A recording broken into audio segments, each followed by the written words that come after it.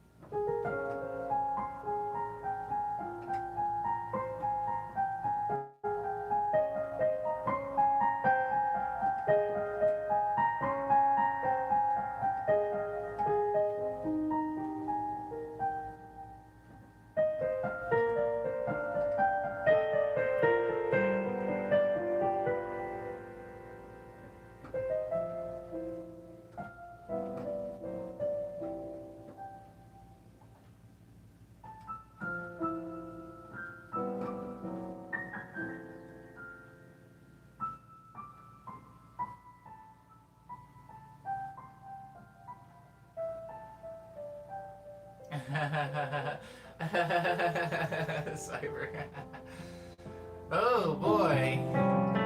I mean, I can kind of see where this is going. I can kind of see where he's probably going with that, but nevertheless, I'll probably watch it. I do like Adam a lot. I haven't watched one of his videos in months now, I feel. Maybe it hasn't been months. Maybe 1 month. The last video I watched by him was the girl from Ipanema one.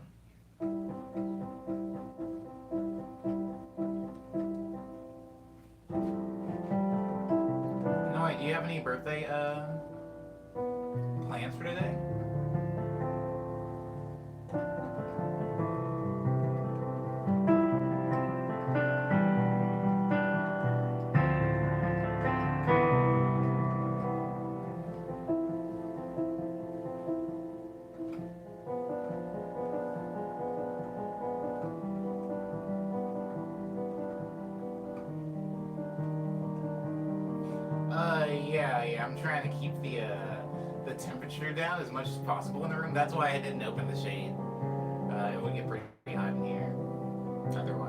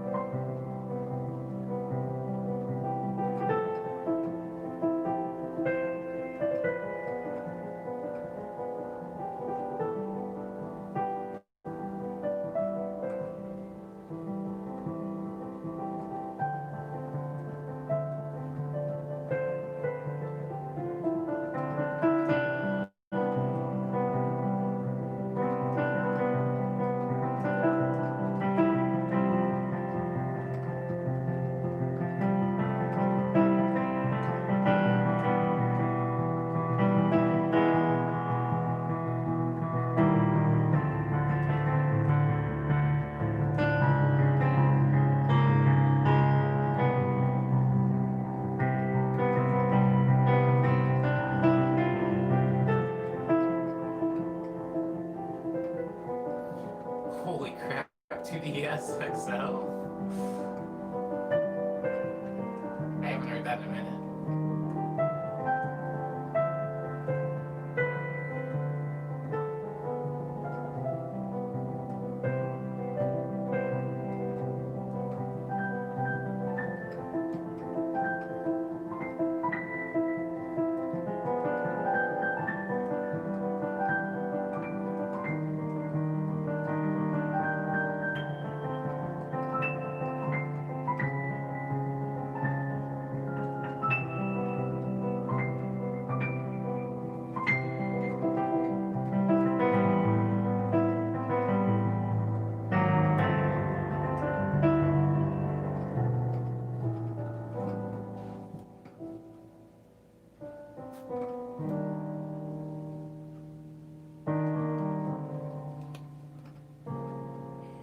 Good morning, anti-coffee.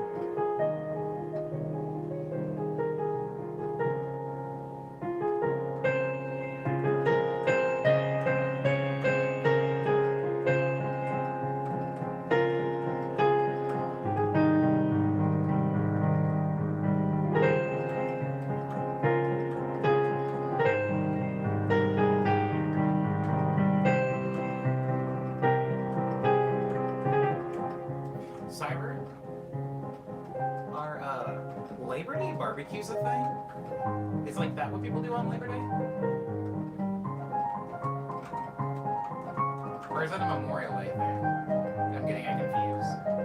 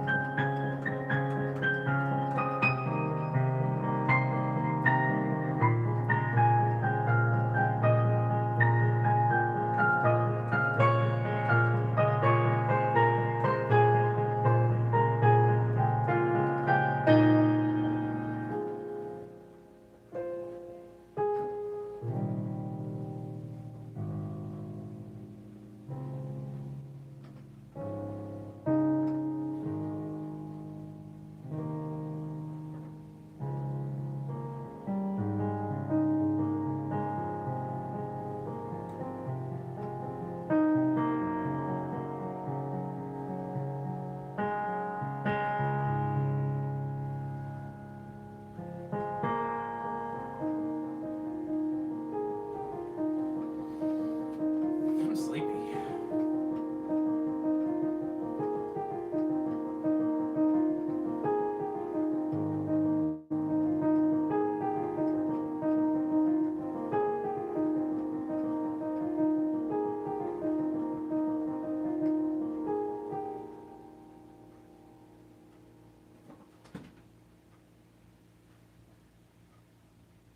Is that my laptop? It is. Wow. baby's hot. Guys, I live in an oven now. I live in an oven.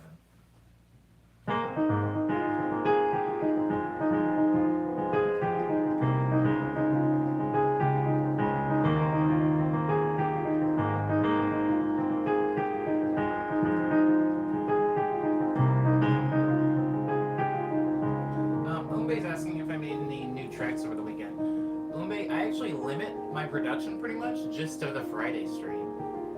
So, all of the tracks that I made were made in the Friday stream. I don't know how much of it you were in, if you were in all of it or if you were in any of it, but you were in some of it. No, I remember you in there. That is all I made.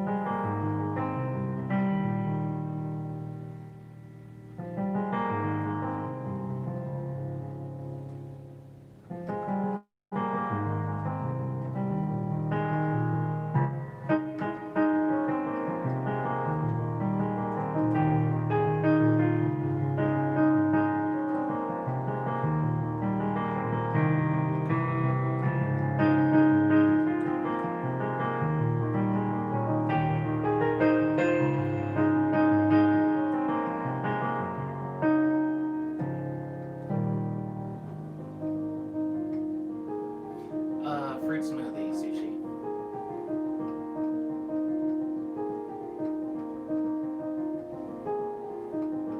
Yeah, it's just been so hot, Umbe, that staying in my room, especially sitting at a computer, like a leather chair, surrounded by a bunch of synthesizers and a desktop that generate heat, like, it's just been so hot in my room that I haven't wanted to sit at the computer at all, really.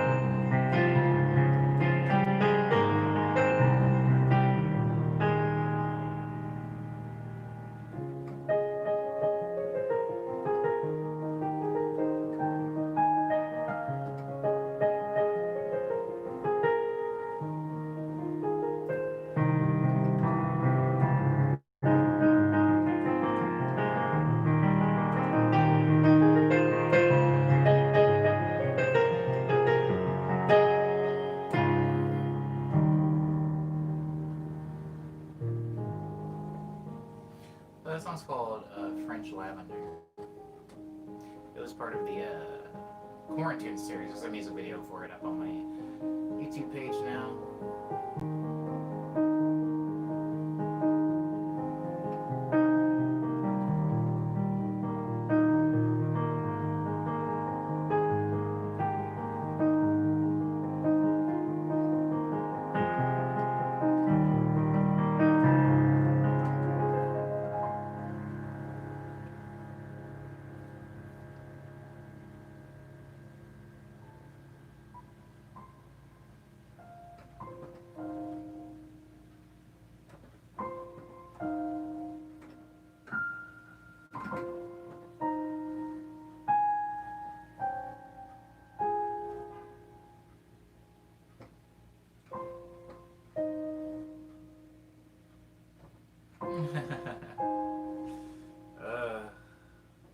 Cyber, I have one tiny oscillating fan, but for whatever reason,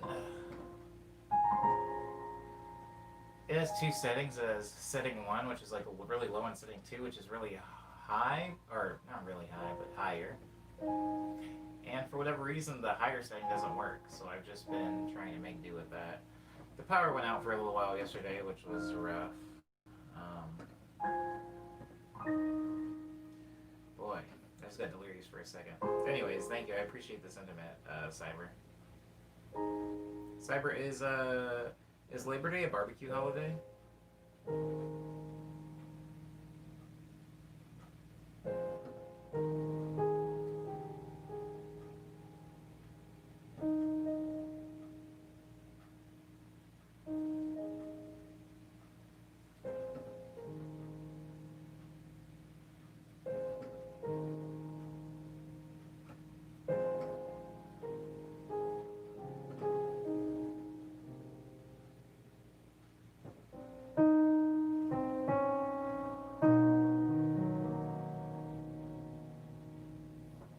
Ooh, hold on. What is that?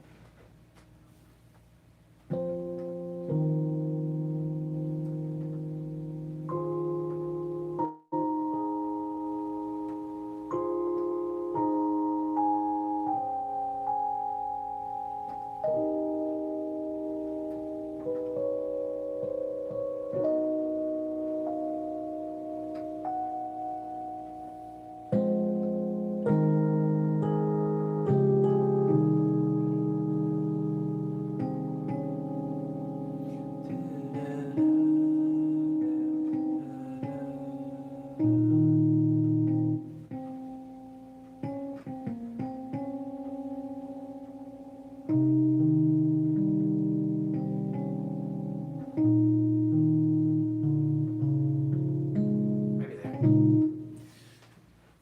Labor Day is also keyboard sound 216 kind of day. Ah, yes. My money says it's an organ. 216.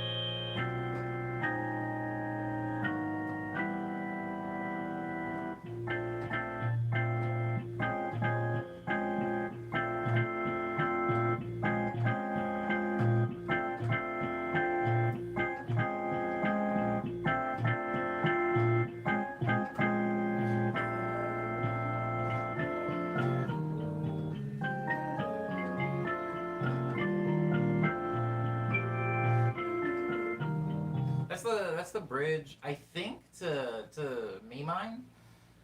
Um, I think. Uh,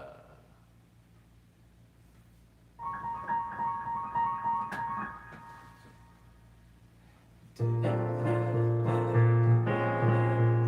love that alternation between those two chords.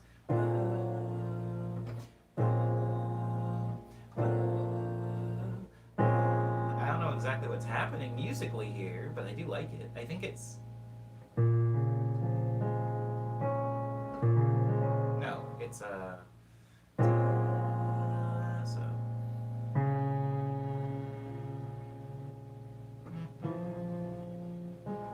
So it's and then so sorry everybody. It's and then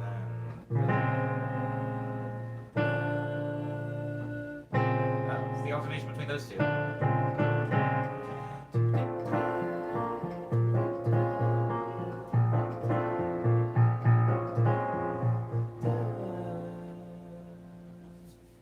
Can't remember what the solo does. Oh, I want to play it, but I have to wait until Friday stream, which feels like a century from right now.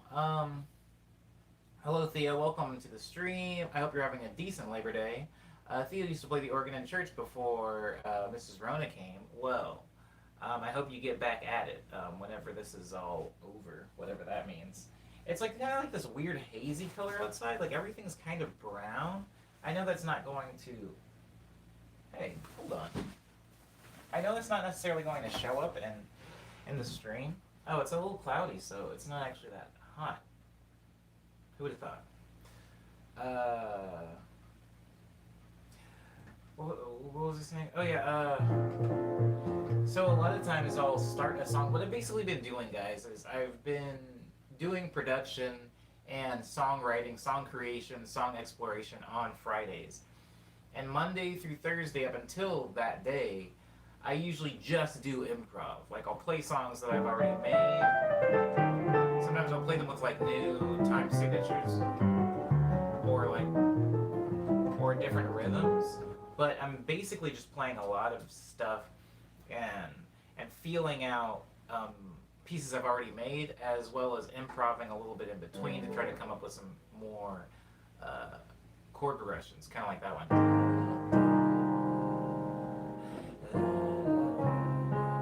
That was one of the chord progressions from a previous stream improv. So, that being said, on Friday is usually when I take all of that kind of like built up, pent up creative energy from Monday through Thursday, and I use it making tracks and adding the tracks that I've started in previous streams, which is a lot of fun. However, there are some times where I really, really want to mess around with a song, um, and I will not allow. Like I'll basically save it till Friday. I'm like, I'd rather save it till Friday so that I have plenty of like pent up creative energy to spend on what ends up being a 6 hour stream. Hey, what's up, Josh? Uh, Instead of just working on those songs every day, and then it comes to the Friday stream, and I have to explain to you guys what I did off camera. I kind of like the idea, tentatively for now, of all of my production kind of being documented. Like when the Friday stream ends, everybody, I don't really revisit those songs until the next Friday stream starts, which is why a lot of you guys might notice, we'll end on a song on Friday, and then later on when I'm going through the production stream, I'll actually open up old songs and start working on them again. That's just the way my creative process is. I usually revisit a lot of the same tracks because I'm not visiting those songs Saturday through Thursday. They're only in the stream. I'm doing this for a few reasons. One reason is because I feel like if I'm going to be at all entertaining, um, and the Friday stream, I want to make sure that I'm not hitting too much writer's block. A good way to make sure I'm not hitting too much writer's block is to take breaks. And I'm taking basically a 6 day break in between every single production stream you guys see. Another reason that I do this is because I like the idea of having 100% of my ideas documented. And I mean, yes, they're technically documented as long as I hit save, on the project file.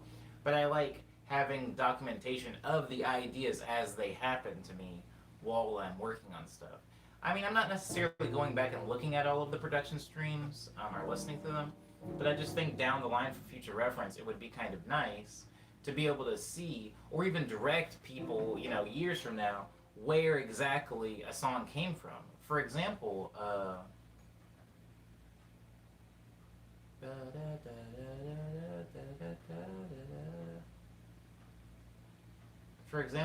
the Keyline Backward song.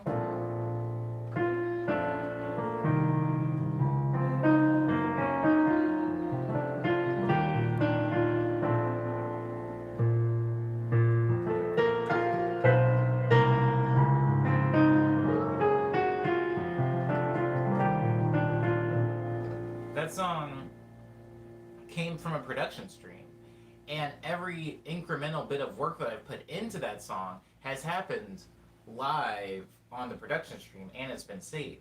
So whenever that song ends up being finished and then coming out, it would be nice to be able to direct somebody, or maybe even compile. I don't know how much time I'm actually going to devote to this, but it would be really nice to compile like video clips of the song going from like, frivolous idea to actual um, song.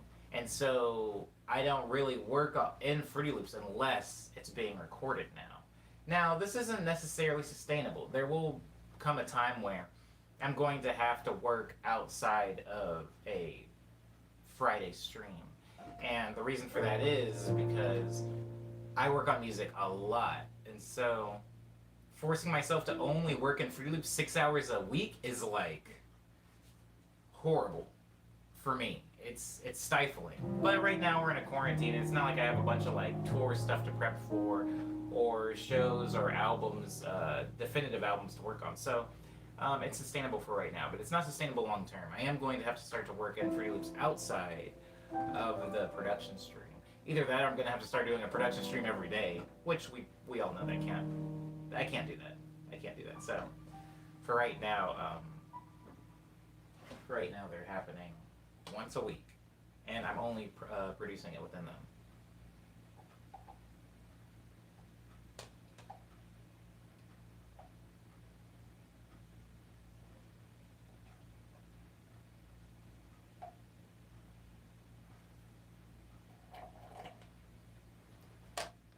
I'm being boiled down to my base instincts, Cyber. I feel like if somebody asked me what I did before all of this, I'd be like, I do a lot of exploring, go downtown, hang out with friends, I work on music, I play video games, I cook. Now it's kind of play video games, cook, and make music. And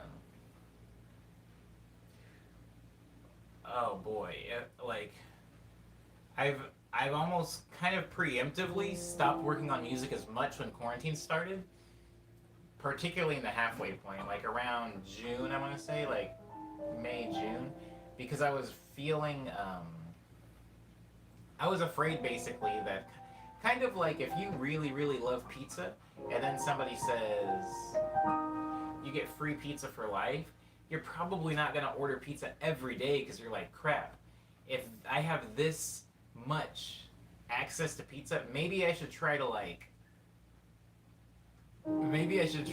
meter my own consumption so as not to like um, ruin a good thing. You know, I feel like that happened to me in quarantine. We got into quarantine, and then I was like, okay, I have a lot of access to music. I have a lot of time now to devote to music. I have a lot of time to stream, but let me still draw some boundaries. Like the stream can only be this long within a certain wiggle room of like 15 minutes or so, and I will only work on music on these days. On these days, I will not. Even though nothing's really going on weekends, guys. If I'm being completely transparent, on weekends, it's not like I'm too busy to stream. I just know that if I started streaming on weekend mornings also, I would burn myself out. And so I've been putting in a lot of like weird boundaries and guidelines for myself. And so I would say that since quarantine started, this is the least amount of time I've actually devoted to music. I'm just afraid of like getting sucked in and then doing that thing. I used to do this thing, guys. Maybe I need to get back there creatively, but not mentally. I used to do this thing where I would like wake up and I would roll out of bed into my computer chair and then just like pull up and open up FL Studio, and I was just in it until like 4 p.m. You know, like all the way into the afternoon, sometimes into the evening, just like messing around in it. And a lot of the time, guys, if I'm being honest, I wasn't using the time super productively. Like sometimes I would end up in Fruity Loops for like 8 to 10 hours. And I think that if somebody took an overall average or analysis of actually how much music I made, maybe I was actually being productive for 3 hours of that time. Which means that well over half of the time I was kind of just pulling up old projects, listening to them, pulling up older projects, listening to them on loop, seeing if I could get any new ideas. Nothing. Pull up another project, add something, erase that thing, erase something I did last week for that project, then pull up another one. It was a lot of that. And so I'm trying not to fall back into that habit. It's a wild thing. Plus, my output isn't nearly as wild as it was back then, so I don't need to do that. You guys will remember I was putting out about a song a week for a while, and so I obviously haven't done that for the past year because I haven't self-released anything this past year. Ooh, boy. Okay, so Josh says they don't buy pizza too much. Thank you, Josh, for appreciating my guidelines. It was definitely a grind, Theo. It It's definitely a grind.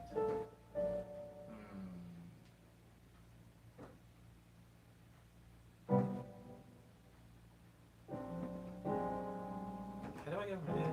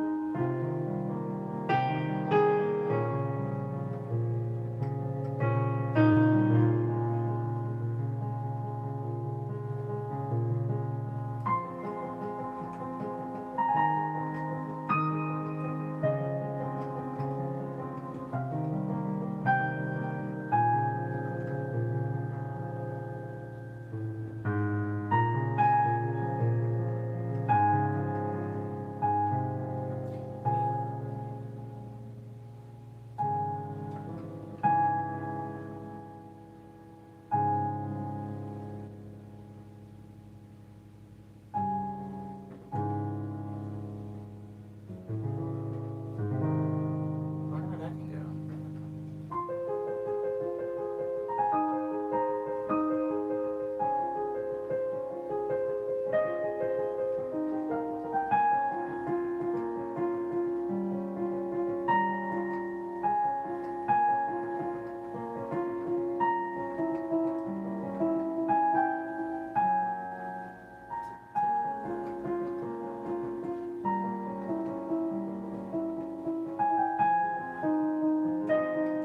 I do like that. That's fun. That's fun.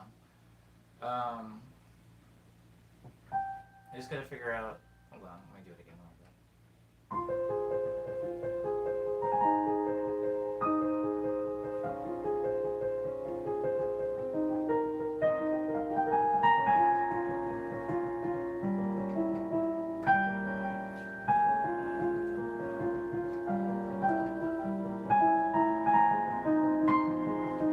Not quite, but I do like it. Hmm.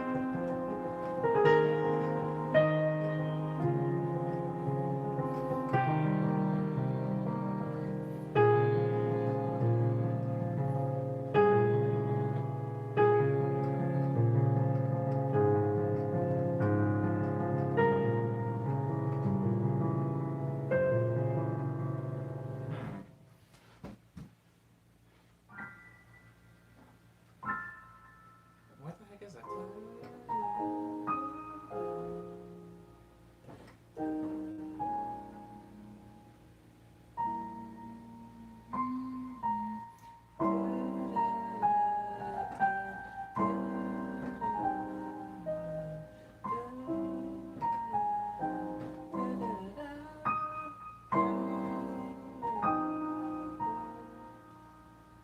Yeah.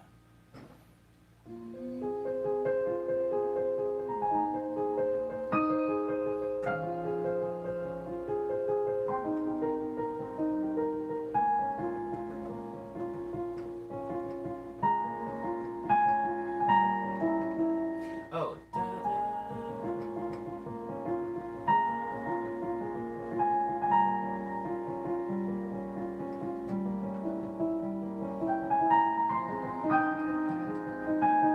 I do like that chord there. It's very nice. I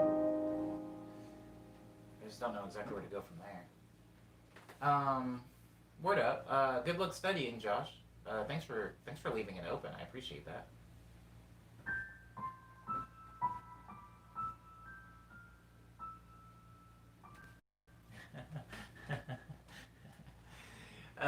Also, Josh, in regards to you just realizing how big my glasses are, I've been wearing them so long that they're not big anymore. I mean, I know a lot of people would assume this. You know, you wear something for a really long time, it just becomes normal to you. But yeah, I don't even get comments from anybody talking about how big my glasses are. I think partially because I'm not really seeing anybody anymore, and secondly because it is LA and people wear a lot of weird things out here. So big glasses are like the least of most people's worries. But yeah, I kind of forget that they're big glasses as well, Josh. So you're not alone.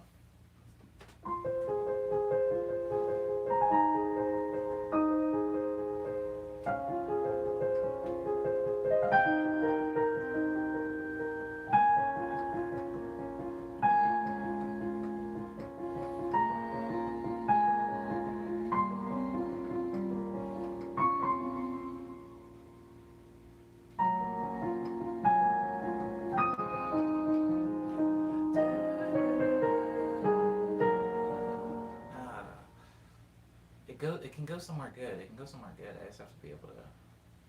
I think.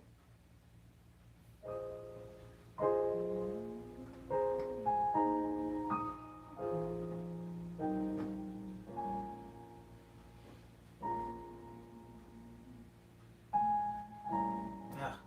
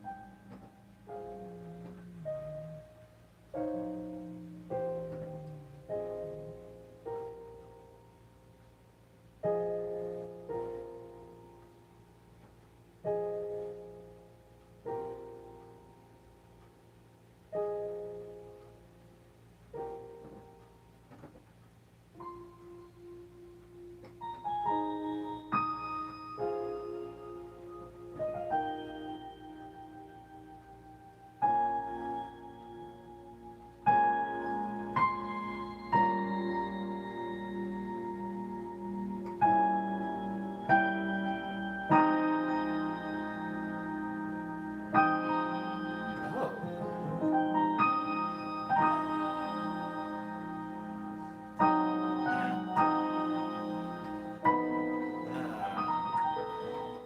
We were on a good track. Okay.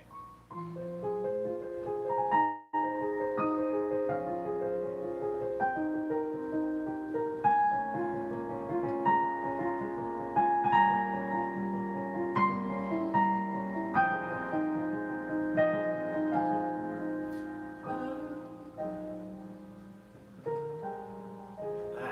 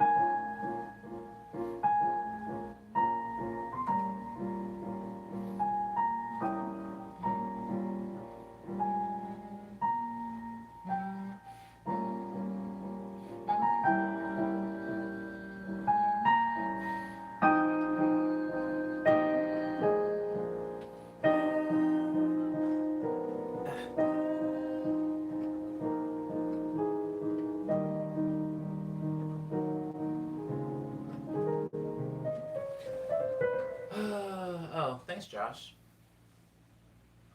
For the chord compliment.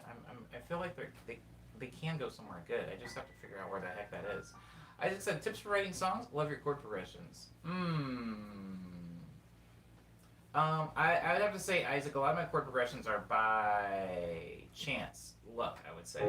So, I don't know if my tips for writing songs and chord progressions are integrated very well. For example, even this chord progression just came from like playing a chord. I mean, this note is in this chord. It's a simple three-note chord. But I can give you this. I can give you this, Isaac. A lot of my chord progressions come from very subtle shifts. I'm not necessarily in my songs doing a lot of chord, and then completely new chord, and then completely new chord, and then completely new chord. There isn't a lot of that. I think what I'm doing most of the time is I'm playing a chord that I think is pretty, like that. And instead of going to play a completely new chord, I will move pieces of that chord. So if I have this chord here, maybe I'll move just one of my fingers to hit a new note. Right? And I just do this because I don't want to have to move my hand very often. There's probably a musical, theoretical explanation for what this is or why it's done, but my reason is because I don't want to move my hand a lot. So I'll play one note that's pretty, and then I'll move maybe one note of it to get that. Or maybe I'll play one note, this chord that's pretty, then I'll move a different note. There's a lot of ways to play this chord and then move only one note, or maybe two notes, and I'll play around that, play like melodies around that to see what I can fill in. So example, if I was going from here to move one note here, I play around that.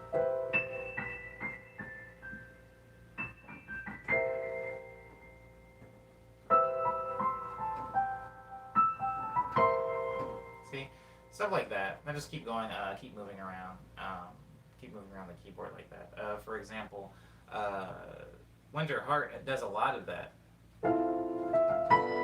The first two chords of Winter Heart are... It's one chord where I've just moved, a couple of notes from the chord somewhere else.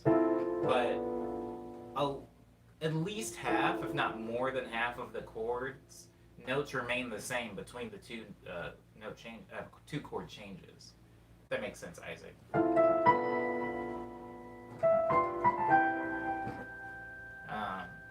So if you, I wish I had kind of like a top down. This would actually be a really good question for Friday streams. Because on the Friday stream I have like a mounted webcam that's above so you can kind of better see what notes I'm hitting. But I repeat that process a lot. So here I have, I'm just moving two notes from the chord to get the second chord. Then I'm coming up to a third chord. And then I'm moving two notes from that to get the fourth chord. So it's just shifts. One chord shifted to get a new chord. One chord shift two notes to get a new chord. This chord shift two notes to get a new chord. This chord shift one note to get a new chord.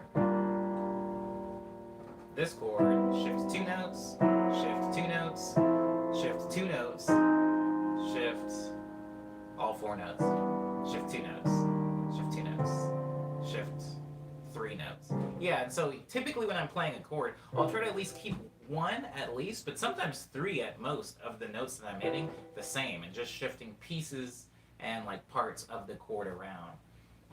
I do this again because I don't want to move my hand very much, and it's kind of like a lazier way for me to play piano, but it definitely has a specific sound to it because I do it in Winter Heart.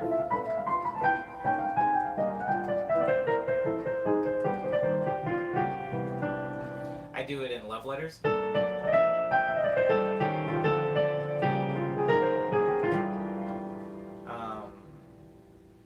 I do it in, what's it called? Dropout.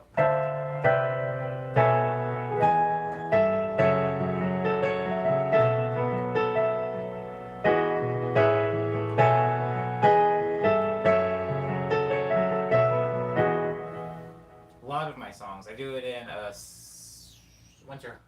Union Station.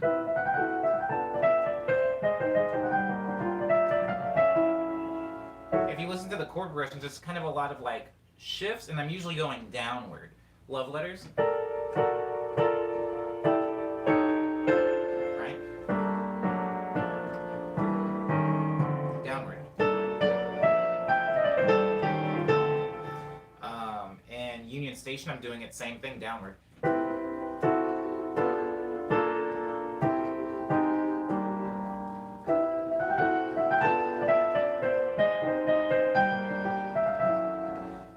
Shifts.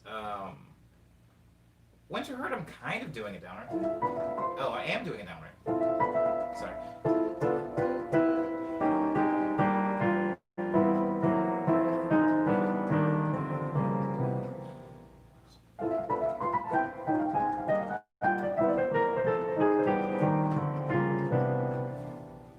lot of times it's a downward shift. Even if you think about 70 to downtown, same thing.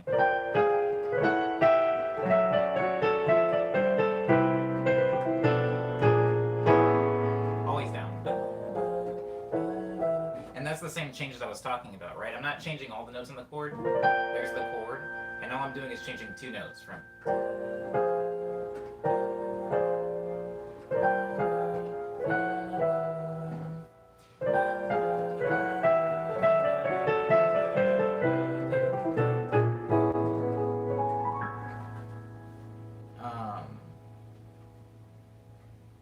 I think that piano vision stuff is really cool. Word up, Isaac. If you're talking about the stream, the Friday stream, Eddie says that's actually something I needed to hear. Oh, really, Eddie? Interesting. Yeah, yes. As Cyber said, I don't know music theory, but I think a lot of stuff, guys. I think a lot of stuff in music, a lot of the more complicated stuff, it makes sense even without theory. For example, from a physical standpoint, a lot of things make sense. Even if you think about stuff like that, like weird little arps, arps make sense from a physical standpoint if you're just trying to make a chord sound busy. I can hit this, which is kind of just one big chord. We can get more technical. Somebody somewhere could get way more technical, but I'm not. I'm just going to say this is one big chord, right? But we can arpeggiate this chord to make it sound more complex, right? And it takes up more space also in an arrangement. So instead of just having one like chord ring out and like stab over and over, you can arpeggiate it to make it sound cool. You can also add rhythm to it to make it sound interesting. Or like that waltz. Or you can have an arp and rhythm going. So you have like your rhythm in like a left hand and an arp in a right hand, and you can overlay those on top of each other.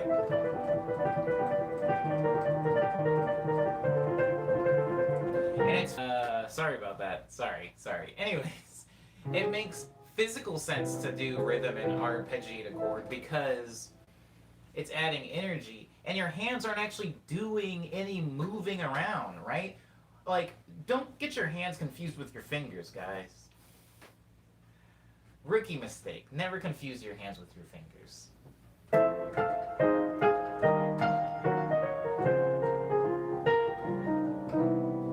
I think fingers moving. A good example of a lot of finger movement is in the track Over and Under that I have, right? Wait. Waltz.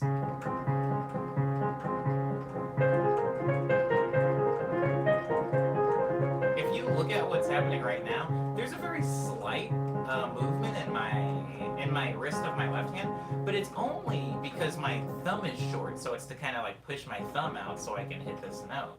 But if you look at the wrist in my right hand, my hand isn't really moving much. My fingers are doing a lot, but my hand isn't actually moving around the piano. And so a way to kind of get more done and make a piece feel more full and dynamic without actually exerting a lot of energy is by articulating notes a specific way, right? Like I could play Over and Under like this.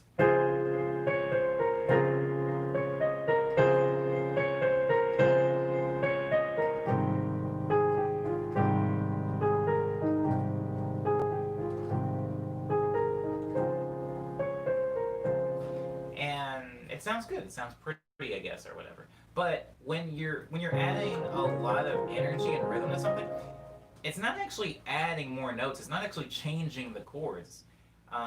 In this particular example, but it is giving it a little bit more movement and excitement. And something interesting with chord progressions is I do like packing a lot of chords into songs. I don't really know masterful or informed ways to arrange chords, as seen in Chaser, the song.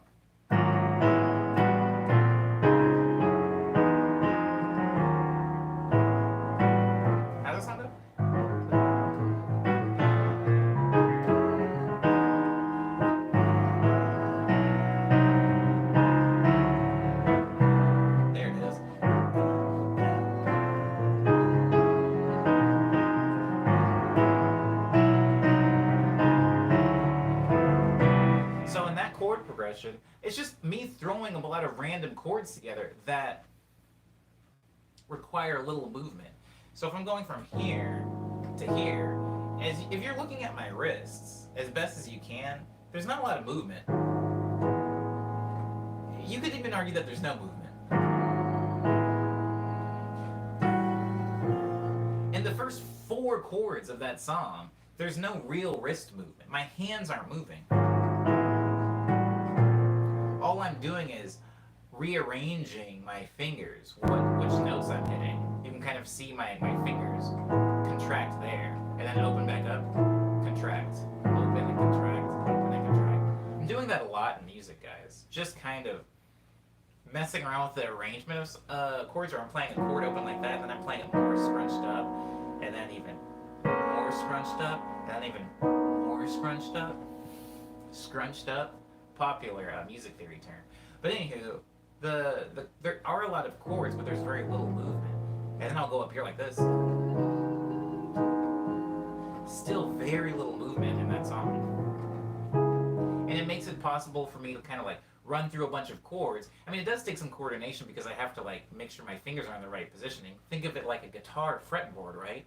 The fretboard is nowhere near as long as a piano is. A lot of the diverse sounds you're getting from the fretboard on a guitar is by weird configurations of your fingers and not necessarily hand position. So, that being said, I just practice the same theory, I guess, if we're using the right theory, on piano. You know, just don't move your hands as much. And the thing that's interesting about that is I don't know a lot about chord inversions, guys. I know that they exist, and I know that I do them, and I kind of understand how they're made, but I don't really know, like, sometimes I'll hear people say, like, oh, and then you play, like, D minor in second inversion. I don't know what that means. Maybe one day I will, but for right now I don't. And so, I don't know that much about inversions, but what I do know is that if I play this chord, and I take my hand, I move it up here, and I play this chord, those are 2 different chords. But I know that they're played the exact same way, right? Like the spacing of my fingers is the same, which can be fun. I have a few songs like that. There's what's it called? Beneath the City, right?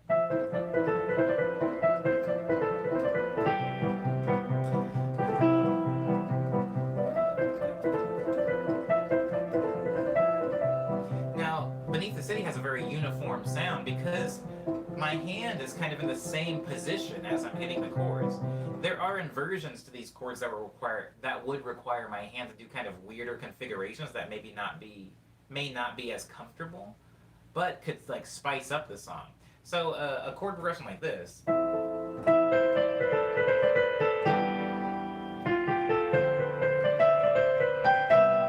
Sounds great, right?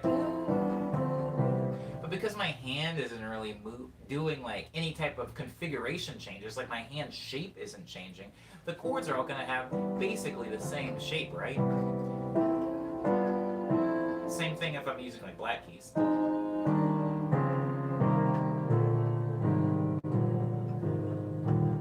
It's going to have the same thing because I'm not really changing the spacing of my hands or the shape of my hand, the shape. But in a song like Winter Heart, where I am changing the shape,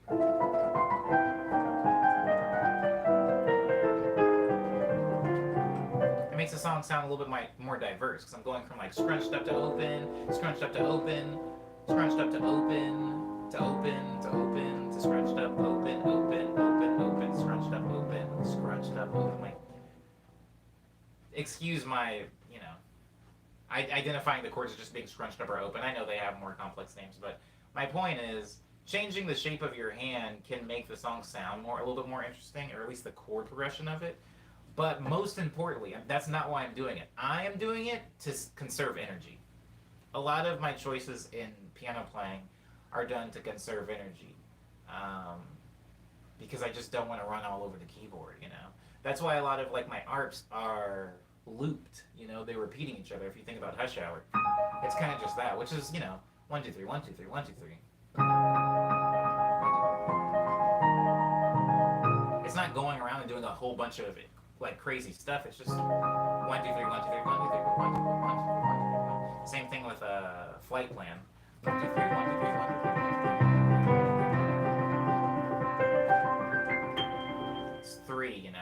having three notes are taking place. If you think about the bass part and the second half of which you song? 1 2 3 2 1 2 3 2.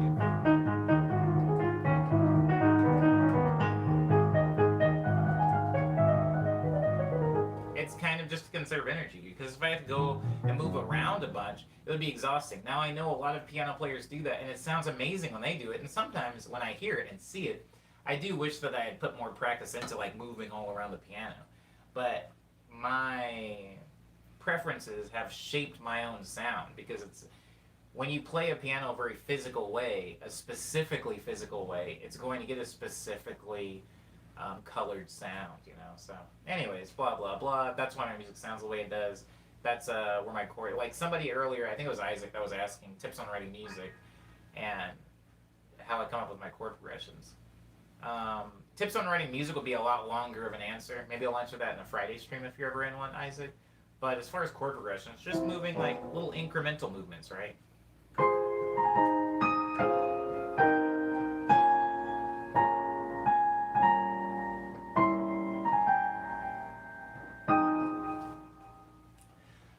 Welcome, even sub. Haven't seen you in a long time.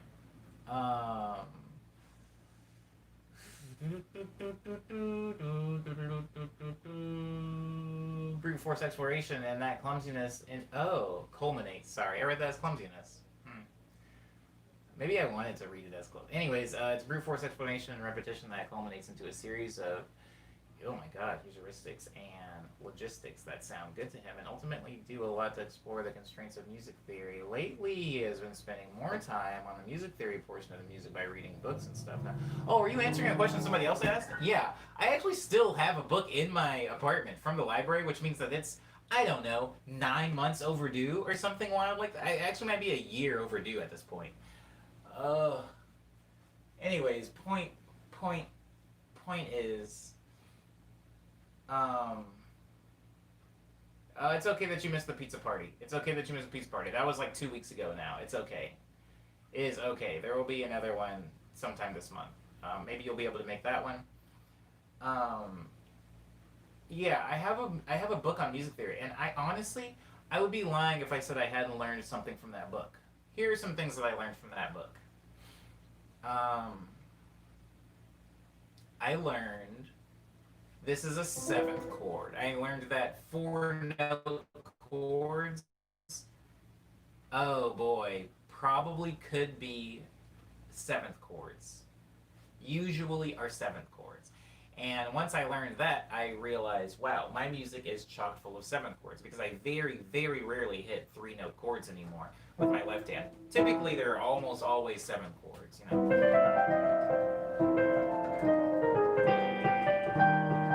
All 7th chords, right?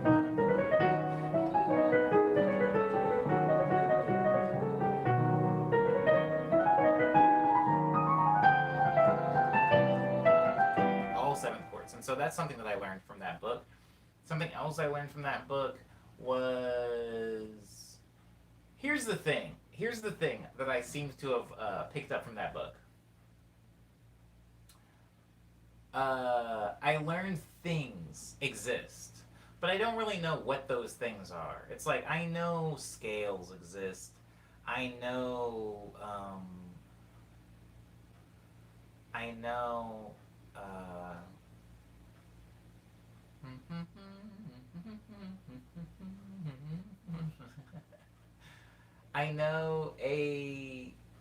certain, I don't know what you call those. They're not called chord progressions. Chord sequences exist, right? Like 5 2 6 and 7 3 9 4, you know, and 4 6 2 6 or whatever. You know, I know that those exist. I just don't know what they are on the piano. I learned a lot of terminology. All I've kind of forgotten. If I'm being honest, Cyber and everybody else on the stream, I got that book out of the library and I read it and I actually did give it a really good, like, I gave it a lot of attention and I absorbed a lot. But since we've been in quarantine, I haven't really read it anymore. And and we've been in quarantine for a pretty long time now. So a lot of what I learned has washed away into the ocean because I don't have like some foundation in music theory. But I did learn quite a bit. You know, I did learn a bit. I don't know if any of it has informed my music specifically, but I am a firm believer in um, yo. I am a firm believer in subconscious inspiration and subconscious influence. Right? Like I might be walking in a Macy's and hear a song by Aqua, and then, 4 months later I'm making a song and turns out it has some Aqua elements in it that I didn't intentionally put in there. I think there's probably something that I gained from reading that book. And I do fully intend to return to that book sometime soon. I was actually thinking about it like literally 4 days ago. Last week, before the production stream, I was thinking about like, oh, I have so much time. I should probably start to like put that into my structured schedule, in the house. Maybe return to that. But here's what happened. Here's what happened, and this is a thing that I kind of knew was going to happen, but I didn't allow it to daunt me. Theo and everybody else in the stream that loves music theory. There's some people that love music theory in the stream.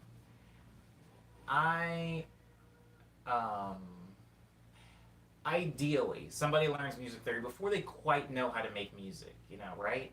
Ideally. Obviously, everybody's story and path is different, but maybe people are learning music theory really early on. They're learning how to read music on, paper. A staff? I don't know what it's called. I don't know. Whatever. If I'm wrong, who really cares? I make more music than a lot of people, so I'm comfortable.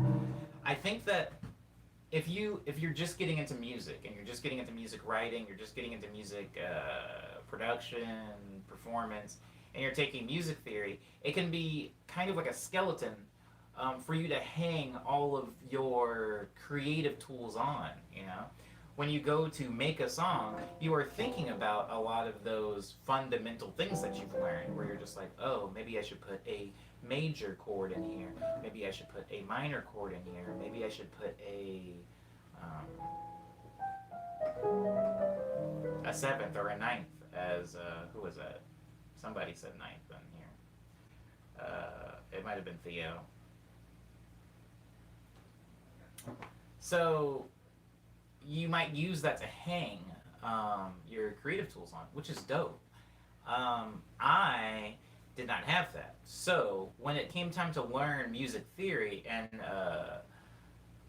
I was there like, oh, this is a seventh chord, this is a diminished, this is an augmented, you got to augment the fifth. I remember a lot of these terms, and the sad thing about it was that those tools or those theoretical rules did not exist in a vacuum. I would immediately go to one of my songs, like Love Letters, and I would be like, oh, let me try to figure out what the heck is going on here. What kind of chord is that? What kind of chord is that? What kind of chord is that? What kind of chord is that? What key is this song in even? I would think about stuff like that, and I was running into this really interesting chasm. I'm going to call it a chasm of knowledge, where my music was too advanced for me to theoretically analyze. I couldn't analyze my own music. I kept running into things in my own music, and I was like, what chord is that? Things that never would have vexed me before because I just didn't care, as I was making the song.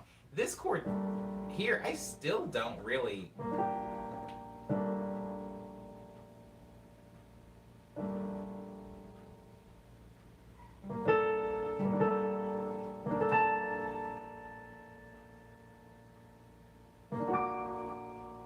Whatever. Anyways, I still don't know what half of the chords are in my own music, right? Or breaking down like time signatures. I was talking to Cyber, actually. This was maybe 5 streams ago, maybe. I was talking about this chord, this time signature.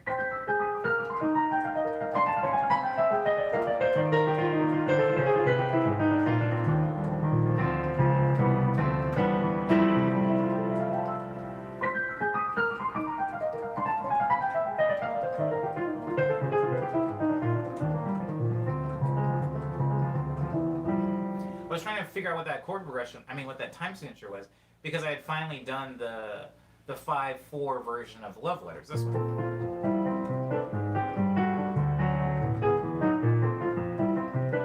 which I actually put in my Instagram story last night.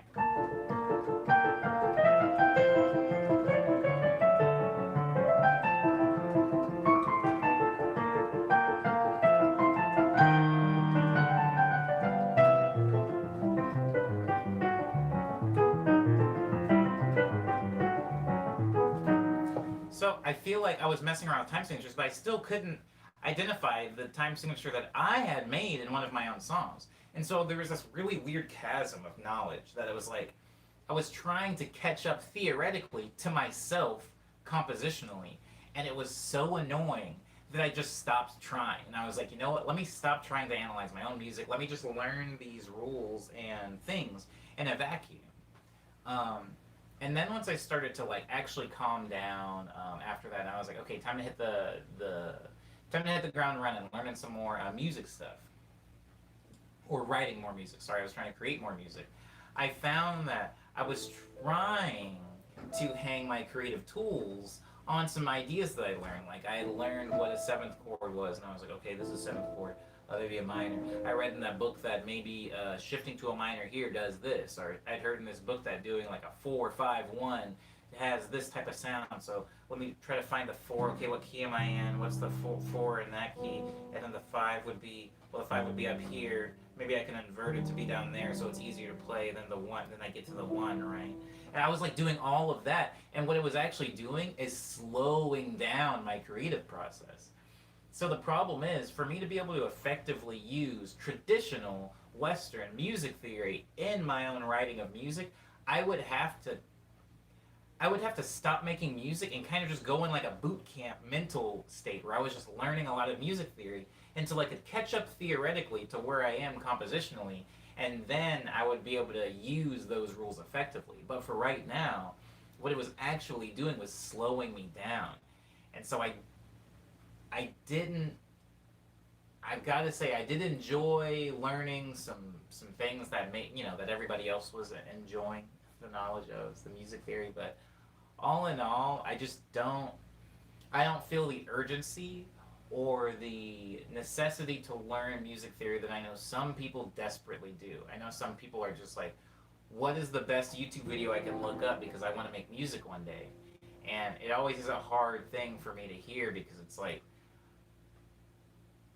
I always want to tell people, hey, just start making music. That you don't need to do the music theory thing first, but there's just so many people that have achieved wild heights from doing the music theory thing first. So I don't want to discourage anybody from going that route at all. It's just hard to recommend something that you yourself haven't done, right? It's like recommending a restaurant that you've never eaten at. Anyways,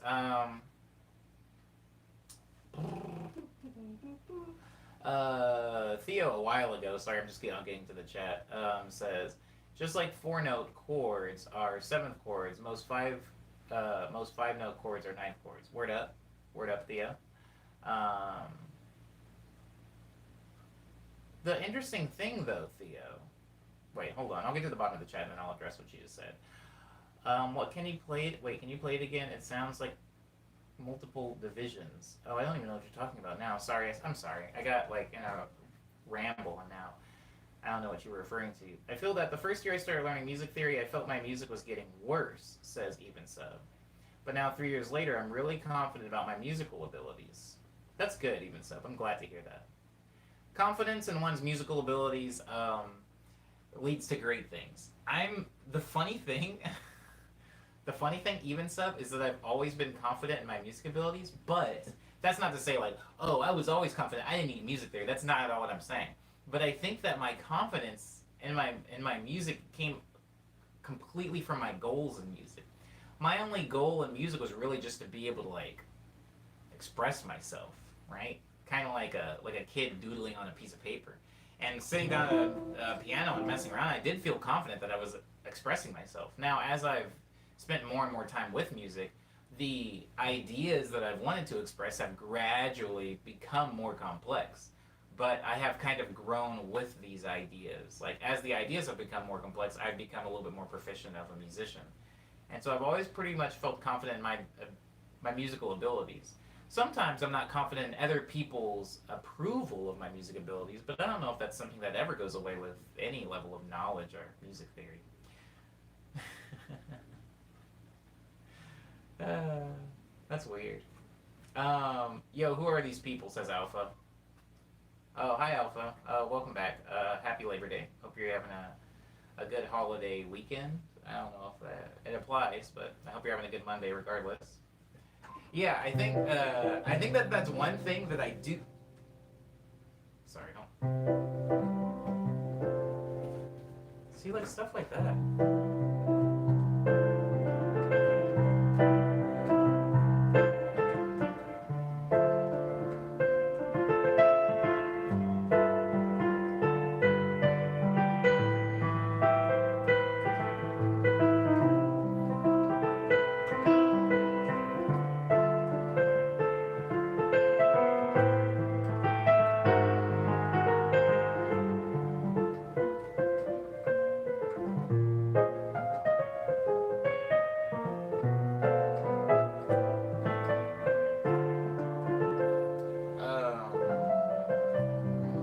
What was I saying? I was saying something. Oh, that's the thing that I feel like sets me slightly apart from most of my friends. Is I feel like my friends' initial pursuit of music was one that like they wanted to be good. Whatever their idea of what good was, they wanted to be good at music. I think that my pursuit of music initially and partially still today is more of one of fun. Probably isn't the most accurate example. I would say just expression, maybe expression. I do get something out of making music, and I think most people that make music do, but I also think that there is an underlying thing where people generally want to be good at music. Somebody might make a thing and then go, this is bad, I don't like this, I wish it was good. And I think that for the most part, my initial like foray into music was just like, I just wanted to mess around. Kind of like DDR. When I first started playing Dance Dance Revolution, it was just so fun, and I liked the music, and I kind of didn't care if I failed at a song.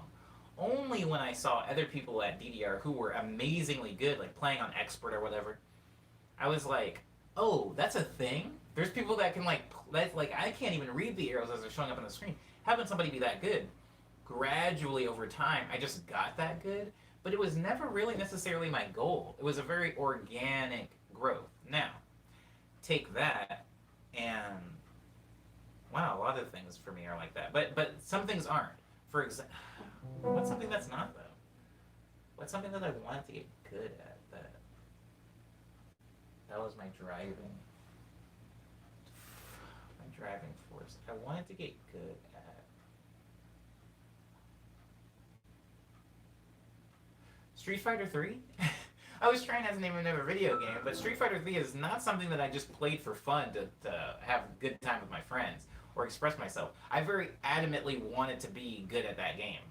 Um, and so I remember I was playing that game for hours a day with my friends. Like after school, I would just go over to my friend Darren's house and we would just play Third Strike for a long time. And I gradually got better. Anyways, music is not the same for me. Music is more so just a thing that I grow pretty organically, or I might see or hear something by chance and go like, that's something I kind of want to improve at.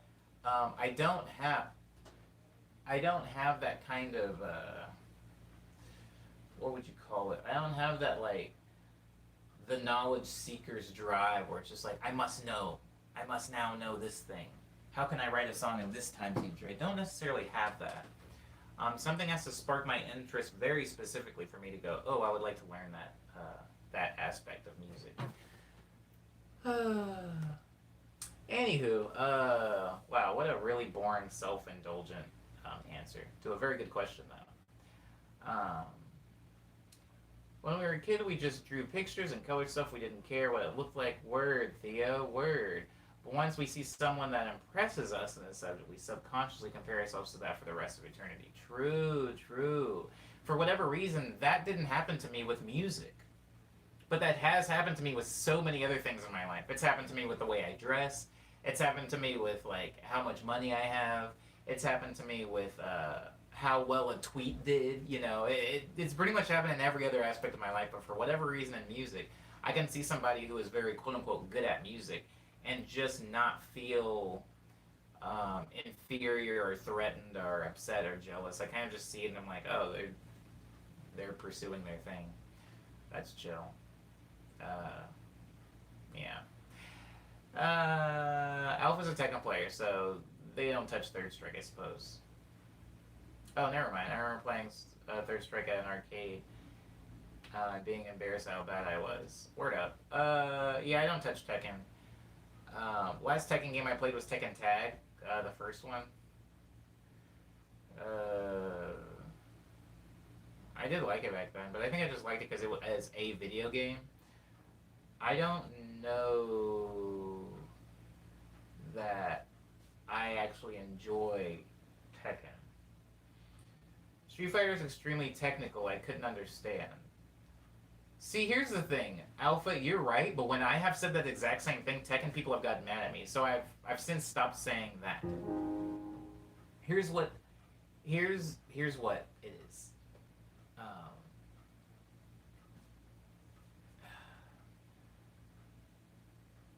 Here's what it is. I like fighting games that are very. I like fighting. There are fighting games. I'm not gonna name any, but when I say this, you'll know what I'm talking about. There are some fighting games where if somebody kind of gets you with a thing, and they're pretty good at playing the game, not even amazing at playing the game, but pretty good, and they like get you in a specific position, the match is becomes extremely lopsided, right? Like if they hit you with this thing, say goodbye to roughly 2/3 of your health bar because now they can like loop you with this or juggle you with this or get you with that. I don't necessarily like fighting games like that. I like fighting games that are very like punch for punch, not like 20 hit combo type things. And so that is why I've always erred on the side of Street Fighter versus some other games. There have been some games like Tekken, uh, no diss to Tekken, because I actually enjoy watching Tekken matches, but I don't like playing Tekken matches because it doesn't feel like it doesn't feel and look like a fighting game. It doesn't look like people are fighting. It looks like somebody gets punched and then a bunch of like completely ridiculous juggling happens, and then the person dies. I feel like Tekken is um, bent on juggling. That is like a very integral part of the game, and I'm not saying that that's bad. I'm just saying that I personally don't like that in games. In Street Fighter, typically when you get somebody with like a heavy hit, like you can't even really juggle them much. Like they will fall through. Like their hitbox is gone once they've been launched. And so games that have a lot of juggling are rough for me. I don't really like them. Um, yeah, but I do love Tekken Tag. I think I just loved Tekken Tag because that was like what was happening back then. Like people liked tag games. Like Capcom versus Marvel versus Capcom was pretty big.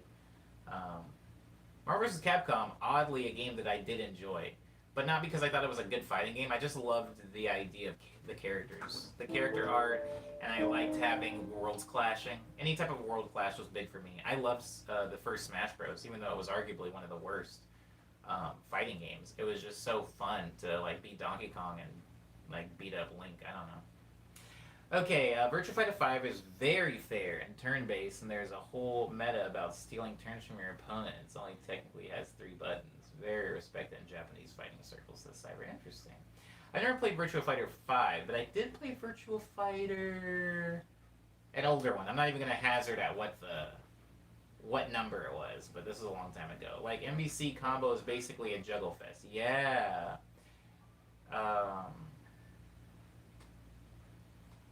Yeah. Capcom vs. Tatsunoko was also good, but I feel like people didn't really play it, so didn't really get the love I felt it should have gotten. Wow, Alpha immediately names Tatsunoko vs. Capcom was fun. Yeah, that's a good one. I think I liked it because it had Karis, which is like which was an anime that I loved in high school. So, and it was an anime that nobody else seemed to even know existed. So, seeing that character in a game, it also had Cash Earn, which I was a big fan of in high school. So, I was like seeing anime characters that I really like old anime characters in a video game was pretty cool. Um, Anywho, what was I saying? Oh yeah, so yeah, I've never been too much of a Tekken person, but I do like and appreciate the game a lot. I would say I like and appreciate Tekken a lot more than I like and appreciate Soul Calibur. Maybe that means nothing. Um, yeah. Karis was dope. Uh, but yeah, music never really had that for me. And I will be honest, sometimes it does make me feel bad. Not because I feel like I'm inferior to other musicians, but I feel bad that I don't have whatever other musicians have that like drives them to be like the best mixing person or like, oh my god, my sound design is next level. Like the drive that those people have for that isn't necessarily something that I share. I think that my drive is very internal. Like I'm just trying to figure out the chords that make me feel really good and the things that make me feel really good. And typically those aren't the most groundbreaking, genre bending, wall pushing, sound design tricks. Usually it's just honestly most of my songs. I would say 80% of my songs, especially in the past 3 years, have been just real instruments. They're not even like cool synthesizer stuff. Like I have synthesizers, and half the time they're only used for like atmospheric stuff. Soul Calibur 2 is a vibe, says Eddie. I agree. Do I? Wait, no. 3 was the one I think I played the most, but 2 was good. Um,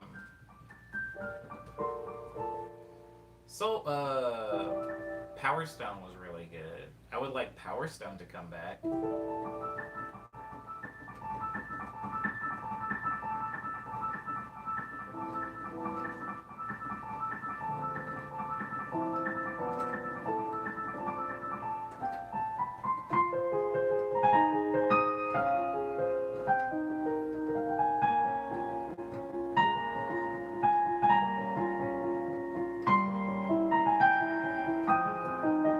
You know what that sounds like? You know what I just realized that sounds like? That sounds like a song from a K drama. Who writes the music for those things? They all sound the freaking same.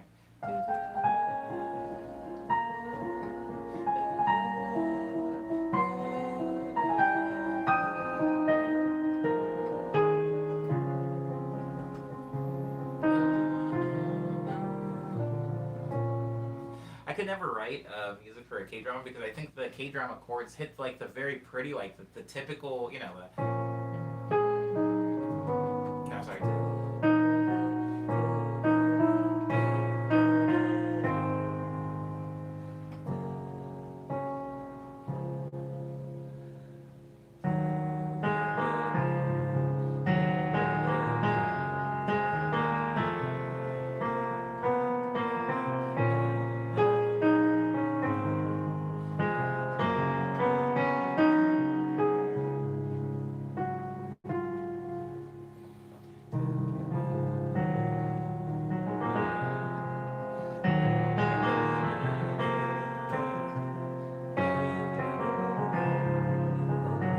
They hit like very like pretty like predictable chord progressions, and I think what always happens to me when I'm hitting a very pretty predictable chord progression is I mentally will get bored and I'm like, it needs a weird chord. It needs to go somewhere weird. Everybody already knows where it's going. We've heard this before. And I think sometimes that bites me in the butt because I kind of ruin very good, like, something can be very good and also very predictable. Like, listen to a John Mayer song or a Seal song. Like, we all know where they're going, but they're still very good and powerful. And I think a problem, like an immature problem I need to get over, is when I'm writing a very typical chord progression,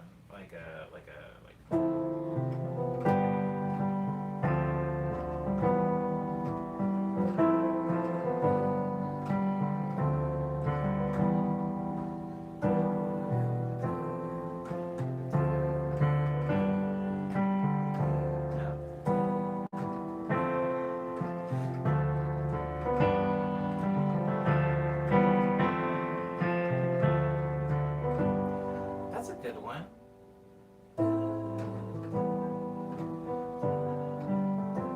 something like that.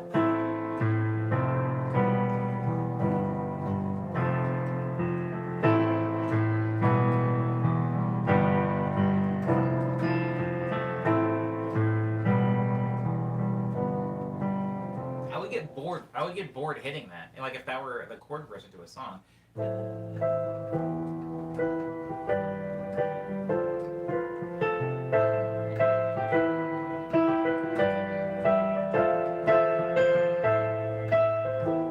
And I would have to do something. I'd have to like. I'd have to do something like that.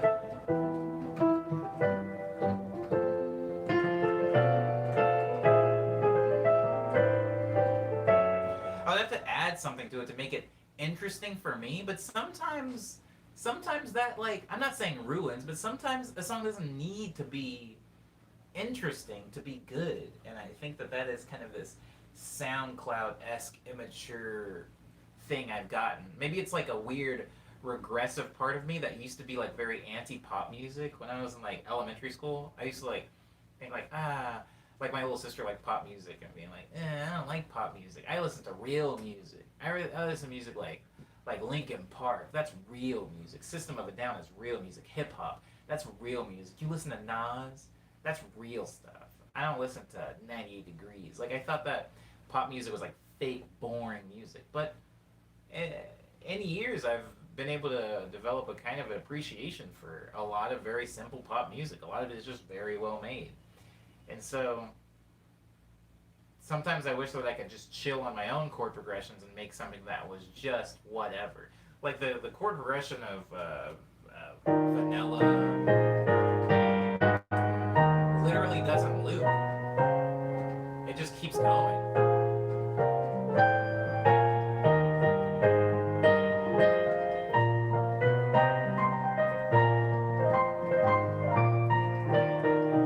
It like just keeps going other places, and it's because I wanted it to be interesting. And it is a fun song, but it's like, how do I allow myself to just chill on a very simple, monotonous chord progression? You know? I feel like those games love to. Oh wait, hold on. Talking about Tekken and Soul Calibur Alpha says I feel like those games love to scream culturally diverse, but will take black characters and give them a more ambiguous background. Like the most culturally enriched black character in Tekken, to me, is Eddie. But like the only African character they have is an Arab Egyptian, which is a long stretch to me. I mean, to be fair, and I know this is painting like broad strokes, so I'm not gonna die on this hill. This is just something I'm saying. Anytime a fighting game comes out of Japan, I have a very low bar set for any type of cultural anything. There still is a lot of like caricatures happening for sure of like this is the Russian character, this is the Chinese character, this is what the black character looks like, this is what the Mexican character looks like, and it's been happening since Street Fighter. And yes, we have gotten better, right? Like people like T-Hawk aren't a thing. We've gotten better, but yeah, I try to just not. I try to just not pay too much attention to it. If there's like a witch doctor character in like a new fighting game, like so I'm gonna be like, fine, whatever. That's cool. What's his ultimate look like? Does he give him the business? I mean, do you have any musicians that you look up to and think, yeah, that's what I want to make? No, actually. That's a very good question, but no. I think I did when I was a bit younger, and it was very sporadic, right? That's actually even sub. I'm gonna get to the bottom of this chat, but then I'm gonna come back to your question. I promise. Virtua Fighter has Aboriginal characters with dreadlocks, which I think is good. Oh, I'm the same when it comes to weirding up chord progression. Says Theo, talking about my chord progression dilemma. My family is always getting on me for that, for like adding weird chords in. Good morning, Buzz Buzz. Yeah, it's really weird. It's weird. I'm gonna come back to what you just said too, Theo. But I'm gonna do Even Sub first. Even Sub says, "Do you have any musicians that you look up to and think, yeah, that's what I want to make?" Not necessarily. Here's what happens, Even Sub. Usually, artists will release a piece that I look at and I go, wow, that's really good. I would like to make something like that. but very rarely is it actually connected to the artist themselves. Um, for example, Mort Fustang, a producer from a while ago, had this song called Super Meat Freeze. At least I think that was the name of it. And it was so good to me at the time. I just remember thinking, this is amazing. I would love to make something like Super Meat Freeze. And I hit the studio and I made something that wasn't like it, but it was like Omni's attempt at making something like that. It ended up being a pretty decent song and making me a little bit of money. So that was cool. But I never necessarily looked at Mort Fusting and thought, I want to make music like them. I think that I often get inspired by people, a lot of people's works. Like somebody might make this. Maybe it's the soundtrack to It Follows, and I think to myself, wow, Disaster Piece really has a knack for being able to create a space, create a cool, like, eerie sonic space. Or maybe I'm listening to the soundtrack to Sky, Children of Light, and I think, wow, Vincent really killed it this time. Or maybe I'm listening to the soundtrack to Black Panther, and I'm thinking, not only did Kendrick really come with it, but also, what's his name? Um, what's his name? Ludwig Göransson. I'm like, well, Ludwig Göransson really like did some stuff that I wasn't really expecting here from him. So that was really cool. But it's not necessarily like I look at him as an artist and go like, that's what I want to do. That's what I want to make. That's the career path I want. It's usually just pieces of art that I will get inspiration from, and they're not always musical, guys. I talked about that Lucifer statue that's in the LACMA that I saw, and was like, oh, this is something. This is significant, and ended up informing some of my works. I've also talked about the movie Paprika several times in the stream that still is responsible for a very specific thing I do musically. And I'm not talking about the soundtrack to Paprika. I'm talking about the movie, the visual piece of art that is Paprika, informed a very specific thing that I do with music today, which I can maybe talk about later in a Friday stream if somebody reminds me. But it's usually pieces. Now, I know the people that made Paprika have also made other anime that I just have not seen, you know. And I don't necessarily want to be an animator. I don't want to make an anime, but that is a very good question, even sub, and it's not necessarily artists that inspire me and I look up to. It's particular pieces that I found impactful. Yes.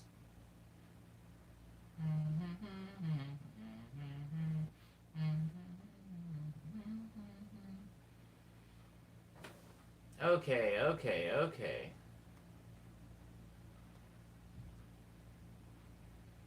Um, Word up, Umbe. Maybe I will get around to it at some point. Several people have recommended a lot to me, but you know how long it takes me to dig through recommendations and actually consume them.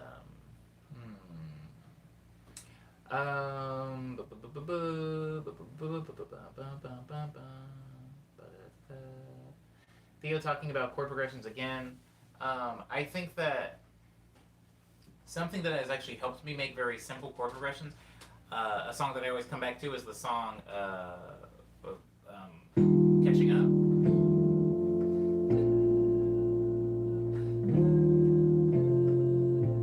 If you listen to the verses in that song,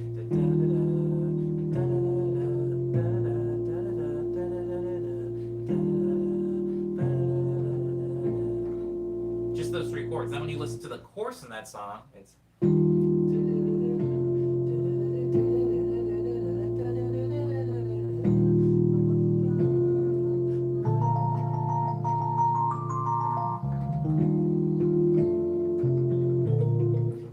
chords. That entire song, verse, chorus, bridge, verse, chorus, outro, are the same three chords essentially. And the reason for that is because I was writing that song with vocals in mind. I literally sat at the piano and made that song. And so it helped me have simpler chord progressions when my voice was taking the spotlight, right? A lot of my songs are instrumental, Theo, so a lot of the spotlight belongs to the harmony and melodies that I'm playing on the keyboard. So I get bored with them and want to do different things. But if I have a voice or lyrics, it enough is happening in the lyricism and in the vocal melodies to be interesting and change the narrative over the course of the song, so it allows the chords to be pretty bland. But when I'm writing instrumental music, it's so hard for me to have bland chords. Oh boy. Umbe says, I get happier when I hear someone else's song and it sounds like mine or something I'd make. It's a really good point that you make, Umbe. Patrick Stump from Fall Out Boy had a solo project or a solo album, which I can't really remember the name of, but he had a song on it called like "When I Make You Cry," or I think it's called "When I Make You Cry," and it is written like an Omni Voice song. It's really weird. Throughout every step of the way, as I was listening to it, I was like gasping every few minutes, and I was just like, "Yo!" Like because when we listen to music, especially as artists, if you view a piece of art that is within the realm of art that you make, you're always listening to it, partially as a consumer and partially as an artist. And the artist brain in you is always adding, taking away, or shifting the song the way you would have made it, you know? And sometimes it's very subtle. Sometimes people actually can't enjoy a song because that artist voice in their head is so loud that they're like, this song's wrong or this song is bad because it's not doing the things that I, as an artist, would have done. Now, the voice is pretty quiet in my head for this, but the weird thing about that Patrick Stump song is a lot of the choices that I would have made were being made right in front of my eyes in this song, and it was really weird. It was happening in real time. I was like, and here I would go into like a halftime thing, and it did that, and I was like, oh, and here I would probably put some like bells here to accent the vocal melody. He did that, and I was just like, whoa, that's actually very strange. So, good point, Ube. That is a very good point that you bring up. Alpha says, "What made you want to grab a keyboard, Omni? Was there something slash someone specific your parents or a friend convinced you?" No, but it's a more difficult answer than that, Alpha. There was a keyboard in my apartment, like my family home when I was a kid, but it wasn't mine, and it wasn't for me. I think my mom wanted us to play in like church. I think she wanted us to play like church songs, which, as you can imagine, for me was not very interesting. I didn't really even enjoy church as a kid, so the idea of playing church songs wasn't it wasn't exciting, and it wasn't an exciting prospect. Also, I want to let you guys know at this point in time, I was being sent to a white school, and so a lot of the music that I was listening to was like System of a Down, weird like new metal. I was like getting into like white people music around this time. And so having a keyboard in the house wasn't necessarily interesting to me at all because a lot of what I was hearing was like electric guitars. I was like, if I want to play music at all, I want to be like a guitarist. So I would say that the reason that I ended up getting into keyboard alpha was actually boredom because it was years later, years after that initial keyboard was bought.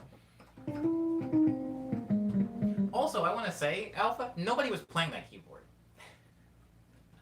It's very important to bring this up. My sisters don't play keyboard, my brothers don't play keyboard, my mom and my dad don't play keyboard. It was just kind of like a keyboard.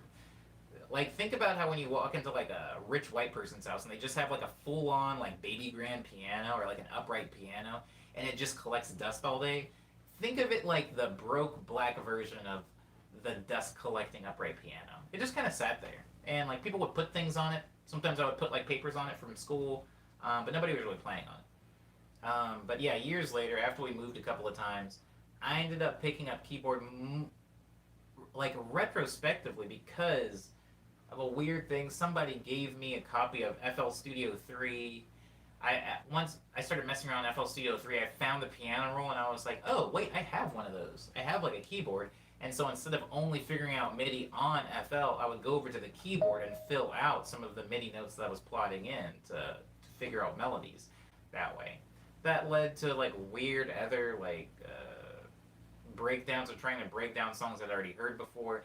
And then I started playing keyboard more so as like a tandem thing with FL. It wasn't I was never a pianist. I wasn't like pursuing piano as a full on thing. Like I didn't even play it right. I usually only played keyboard with one hand when I actually did play it. Playing with two hands was very daunting. So I would play with one hand, then I'd go back to the keyboard and plot out some stuff.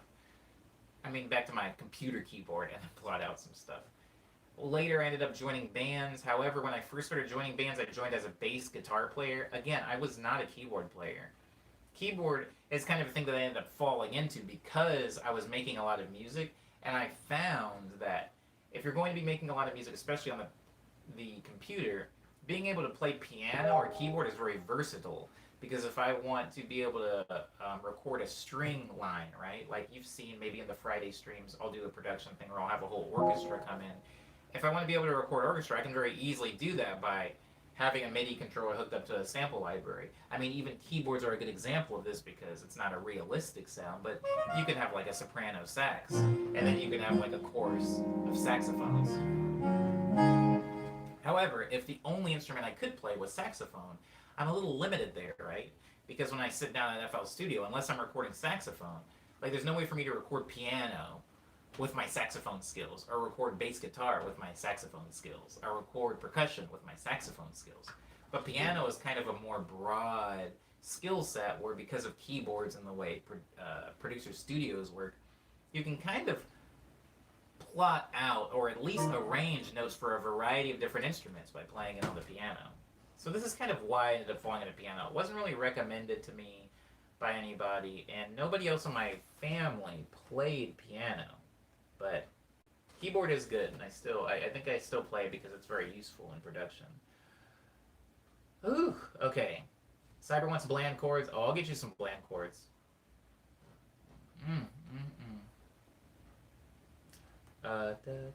Enjoy your lunch, Cyber. Usually I would play improv around my family, so it was no vocals, just instruments, so I didn't want to play basic chords. I feel you, Theo. Without the vocals, yeah, you just run wild on chords. I mean, who doesn't? Umbe says, as someone with no career yet, hearing a track like mine shows some potential future promise in my sound, and that's dope. This is good. It's almost like being validated from outside, right? I mean, we both know, you and I, Umbe, that at the end of the day, none of that really matters, but it still does make you feel good. I totally get that. When somebody makes a decision that I've made on a larger, somebody wins a Grammy for a song by doing things that I would do, it makes me feel like, oh, maybe my musical choices aren't so wild after all. I get you. I get you absolutely. I found out yesterday one of the members of System of a Down is half Kenyan. Whoa. I guess I found out just now that that's a thing.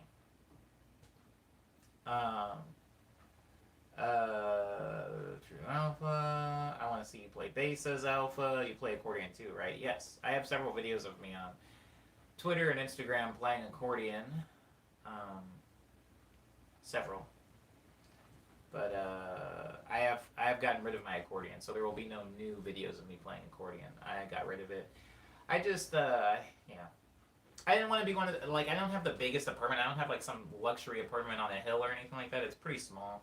And I already have a lot of instruments, guys. So many so that they can't all fit out. Like they're like stuffed in closets and stuff.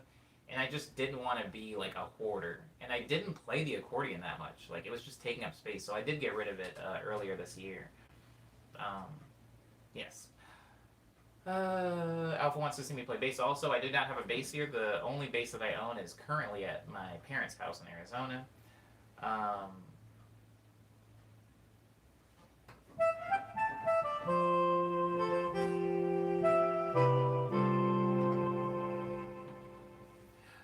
What are we at? We're at 2? We're at 2 hours? Ooh boy, it's starting to get swampy in here.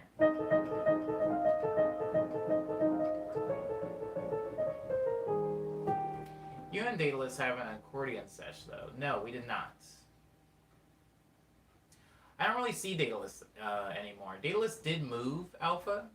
Daedalus did move not too long into my living in LA, I guess. He was here for a lot of, like, my, I guess, LA formative years, whatever you want to call those. Like, from 2015 to 2017, when I was, like, growing in LA, he was here. But he did get a job teaching at Berklee School of Music, so he has moved to Boston. Now, currently, with the way schools are, I don't exactly know what that means. I don't know if he's still out there. I don't know. But he did completely move. It wasn't like he just had a house in Boston, then he would come back for the summer. Like, he moved to Boston. So I don't really get to see my buddy anymore. But no, there was no accordion sesh. He played at my community college the weekend I went on a trip, and I felt hurt. Oh, I'm sorry, Alpha. I've definitely talked about how important that dude is to me, and like how conversations with him and like hanging out with him has shaped a lot. Like it's tempered me gradually.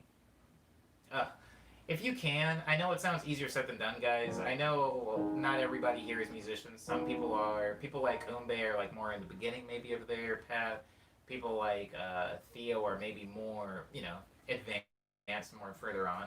And Theo seems to have a family that is very musical, which is very fortunate. Not all of us have that, but this is for everybody. If you can, please hang out with or become friends. And I don't mean like be mentored, but I mean actually become like homies, like friends as much as you can with people who are way past wherever you are in your musical life. And that doesn't mean somebody that's famous. That doesn't mean somebody that's making a lot of money in music. That just means somebody that's been making music in the industry a lot longer than you. Because I think that I have grown immeasurably from my time with Daedalus. He's got good brain. Well, my goal is to be cool with every member of Brain Feeder. Even Igloo Ghost? You want to be cool with Igloo Ghost? Why? I love Igloo Ghost. I haven't seen him in so long though. I haven't seen any of those dudes in a really long time, honestly. Um, yeah, try to hang out with those people. Oh, that's a really nice thing to say, Theo. I don't consider myself among those ranks, but I'm glad. I'm glad that you think so. Um,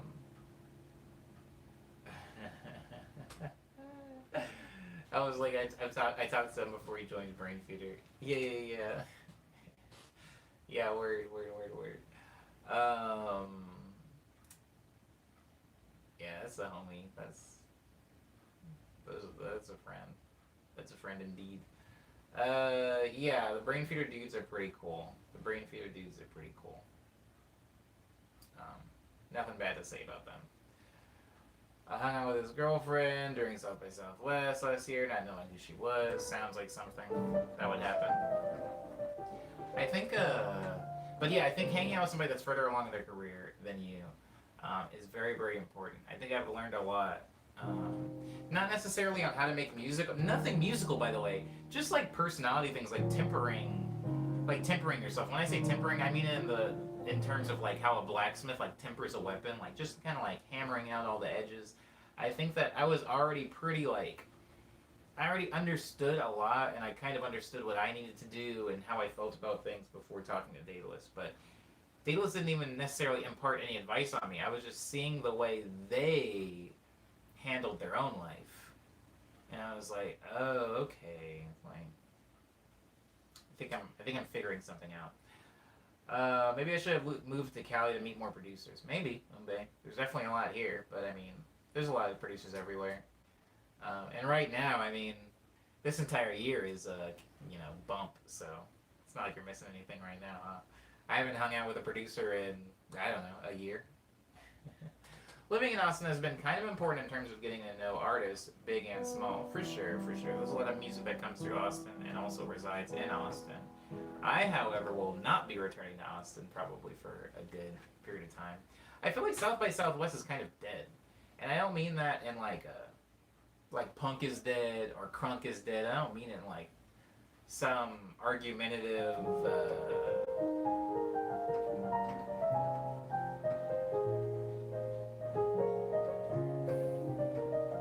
Argumentative, spicy way. I just mean, there was a time where South by Southwest was it.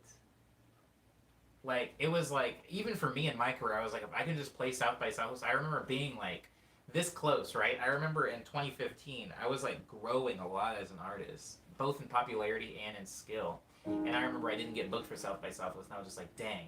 And me and Divio, I don't know if you know the artist Divio, but me and Divio, both of whom did not get booked for South by Southwest, just hung out in my room all day, and we were like, let's just like not look at Twitter and not feel like jealous or sad. Let's just hang out in my room. And there's actually still a video. I think it's on my Instagram. Like, of course, you'd have to scroll back quite a bit, but it's like a Divio sitting at this keyboard, just like messing around and playing, hitting random notes, and me at my computer eating pizza. And I think, wow, very different time. I didn't have that computer. Everything was different. My whole room looked different, but me and Divio were like just hanging out in my room, and we had this like weird long talk where it was just like, you know what? Next year, I swear we get it. Like next year. Like we're just gonna put in a lot of work this year. Like 2015, we're just gonna like grind hard. We're gonna release a lot. We're gonna play a lot. We're gonna make a lot of friends. And in 2016, I'll see you at South by Southwest. And yeah, in 2016, we got booked for South by Southwest, and it was amazing. And like, I got to like do all the things, and I got a bunch of free stuff, and I made a bunch of cool connects, some of which are still hitting me up today, which is really nice. Um, but then after that, 2017 rolled around, played South by Southwest 2017, and it felt weird. Something felt off about it in 2017. And then in 2018, I just didn't go. I actually got booked to go. Well, not booked, but I got asked if I wanted to play, and I actually turned down the bookings because I didn't want to go. And turns out 2018 wasn't so hot. And then 2019 happened, and I didn't even hear anything about it. So I don't know if 2019 was chill, but I just didn't. Yeah, something about South by Southwest. I think it lost some of its like power. It's almost like the XXL freshman for hip hop. It's like you used to go to this thing to see all the up and coming names, and if you were an up and coming name, you need to go to this to like legitimize and validate yourself. But now it's like you don't really need to. Like having South by Southwest on your resume and your EPK doesn't turn heads anymore. Like nobody really cares if you've played South by. Anyways, yes, Divio does have bangers in Bay. I was still in high school at 2015. Met Eddie in 2017. I remember not doing anything the day you popped up. Word. Yeah, I remember hanging out. It was like specifically me, Eddie, Shem. What's Shem's artist name again? Me, Eddie. What's Shem's artist name? I can't remember what her artist name is, but oh wow. Anyways, me, Ehi Shem, Celadon City, who also changed their artist name, and there was one more person. I think Girl was there, and one more person. I think Young Wall Street was also there, and it was just kind of like this cool, like wow, like we were just kids messing around with SoundCloud. We made it. We're like playing all these shows in all these dope places. Like we're touring. This is cool. It was definitely like a cool. Cool time, but yeah, it's over.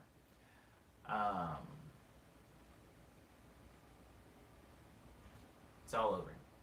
It's all over, baby.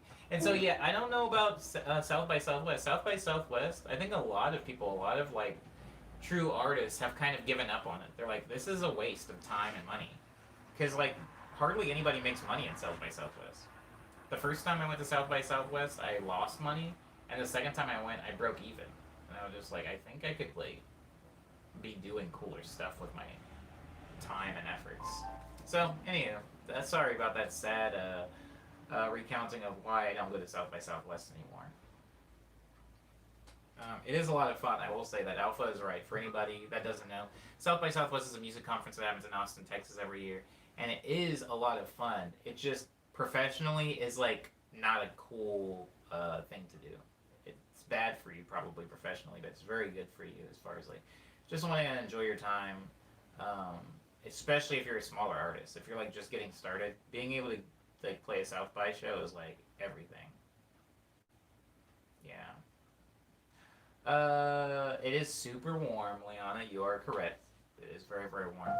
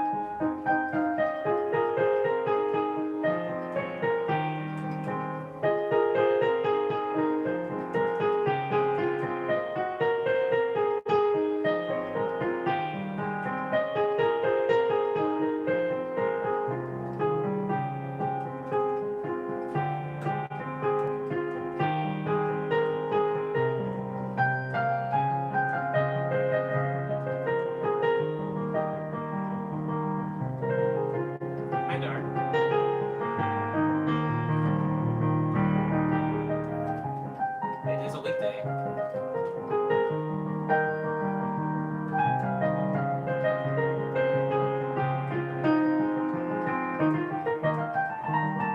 How are you enjoying your holiday, Dar?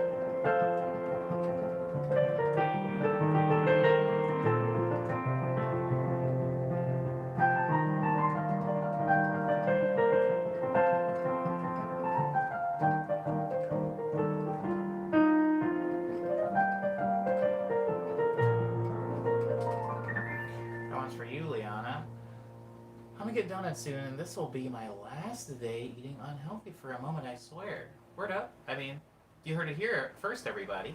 Alpha is done with the junk food for a while, I suppose. I think I'll eat a donut myself today. Alpha? They just opened up a Randy's in Pasadena, and I haven't had a Randy's since me and Eddie and Sydney and Gio went. Jesus Christ. Which was 2 years ago. Oh, that hurts. Wow. Hmm. Dar says I can only hear you. Anita Baker is blasting right next to me. Hey, that's not a bad thing to be blasting though. That's pretty sick. I wish I had some Anita Baker right now. Trying to cut series sugar and red meat heavy.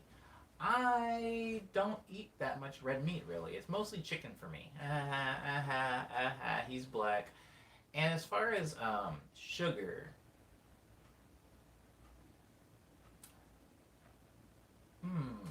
on in normal times, I was eating quite a bit of sugar. I was eating quite a bit of sugar, right? Because of boba, right? Because there's quite a bit of sugar in boba. I don't really consume like a lot of sweets or candies or anything like that. And like my smoothie, my fruit smoothie is like the sweeter thing that I have every day, which that's like natural sugar, so I'm cool with that. My issue is food people give me, and I can't say no. I feel you. I feel you.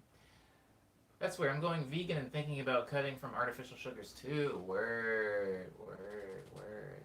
Let's do it, y'all. The whole stream. Everybody in the stream. Eddie says, the fake laugh. Aha, aha. You've never heard that, Eddie?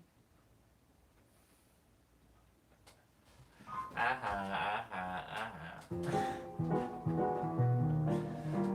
What isn't that like everybody like that is the fake laugh? I feel like that's the definitive fake laugh.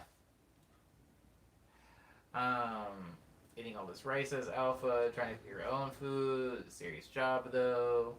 Yes, cooking your own food can be rough. I cook food, but not all the time. I might get a chicken hudache today. Hudache, hudache. Sounds delicious. Yeah, I think I'm gonna do that today. That'll be my treat, just for me. All for Omni. Oh crap! They might actually be closed. The sun is doing this really weird thing where it's overcast, right? But it's not making things gray. It's making things orange, and I don't know if that's because the clouds are filthy or what, but everything outside looks like it's like tinged with orangish brown. I don't like it. It feels like Arizona.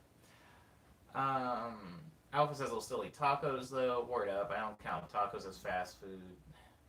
It's always interesting to see what our exceptions and rules are, right? Like, I'm not I'm not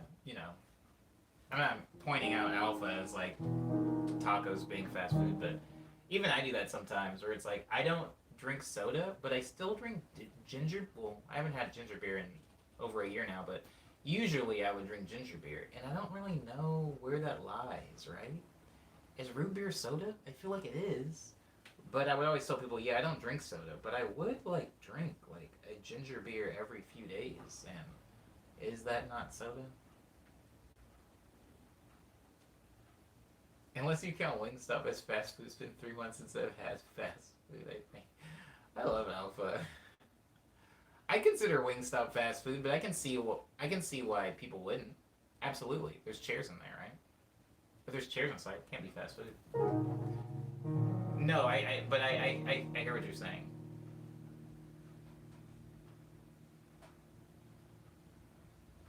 Do you ever just wonder where people are getting clothes from? I'm gonna say something, and it's a cultural thing, so I'm going to be very careful with what I say here. But as some of you know, I live in a very very Chinese neighborhood. Me and there are two black people here, and we're tight. I love that dude, but that's it. It's just me and him. Everybody else is Chinese, or some Vietnamese. There's some Vietnamese people here, which is cool. Which is cool. I think the lady that owns Commonwealth is actually Vietnamese. I'm getting beside the point. Point is, a lot of the old, like old Asian people in the, thanks Thomas. A lot of the old Asian people that live in the neighborhood they're all wearing shirts that are all very like, very specific things. Like this is like a Toy Story shirt, but like, not a like cool Urban Outfitters pre-faded Toy Story shirt, like an actually old Toy Story shirt. Or this is like a Lakers championship shirt from like 1993 or something. Or like this is a shirt that is merch of Six Flags from the 80s. It's like a lot of like old shirts. And I'm like, I don't know if every old person in this area thrifts everything, or if these are just their old shirts that just taken really good care of. That's called drip, says Eddie. I agree. It's not bad. I'm just saying it is very, very common in that, like, if I see an old lady walking on the street and I'm walking behind her, I just know that when I pass her and I get a quick, like, peripheral glance, I just know it's going to be something weird. It's never going to be current. The shirt's always going to seem old enough that this person might have bought it 40 years ago. How do you preserve those clothes, though, says Alpha. Word. I have no idea. But one of my neighbors, this like old lady that's always like rolling around this bike with nobody on it. I don't know. I don't get it. But she was wearing like a Toy Story shirt that had the sleeves cut off, and it was just like and it was like an old Toy Story shirt. I don't know. I don't get it. Do y'all count Chipotle as fast food too? Alpha, it doesn't matter what we count as fast food. What matters is what you count as fast food. That's what matters. Alpha. And if you don't count it fast food, it's not fast food. I think that there's definitely tiers of fast food, right? Like getting Chipotle is not the same as getting Taco Bell. So at some point we have to make a distinction on the health risk or health benefits of eating specific fast food brands. But I would still consider Chipotle fast food, right? It's made before you get there, and then they simply assemble it while you're there. I would consider that fast food because it is very fast. It's expedient. I mean, it's literally an assembly line of burrito making.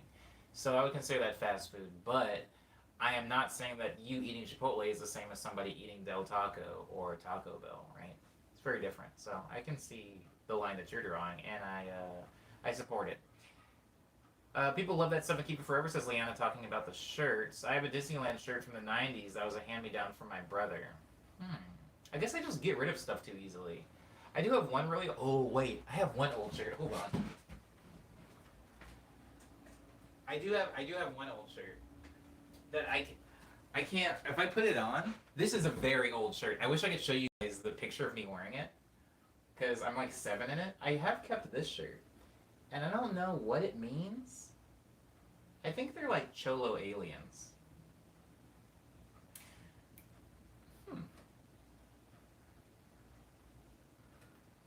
Where did they get me this shirt? I think my mom got this shirt, but it's like a bunch of aliens and like a lowrider.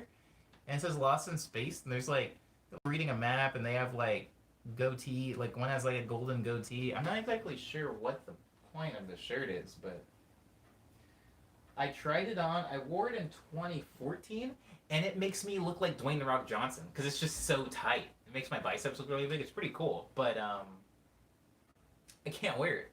I can't wear it in good confidence because one, it fits me really tight around here, and it fits like a muscle shirt, and it also like, I mean, my belly button's out. It like doesn't go all the way down to my pants, so I can't really wear it comfortably. But I do have one. That is like it, I think. Oh, and I have like a Flamehead shirt. If anybody remembers Flamehead, I have like 3 old shirts that I just can't get rid of for some reason, but I haven't worn in like some of them a decade. You know, there's a really old show called Lost in Space. I'm definitely not gonna put it on the stream, Alpha, though. I do appreciate you for telling me to.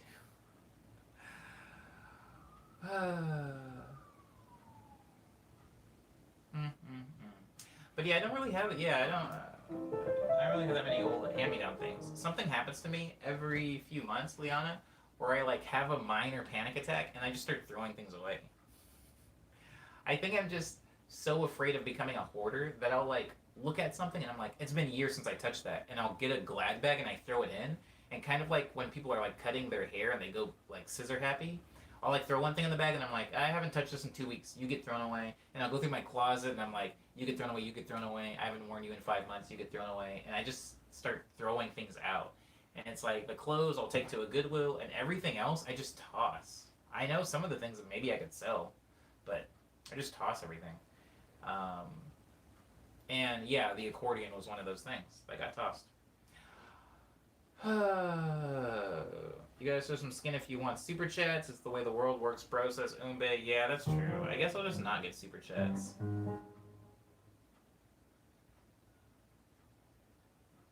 Why do I need people to talk to me?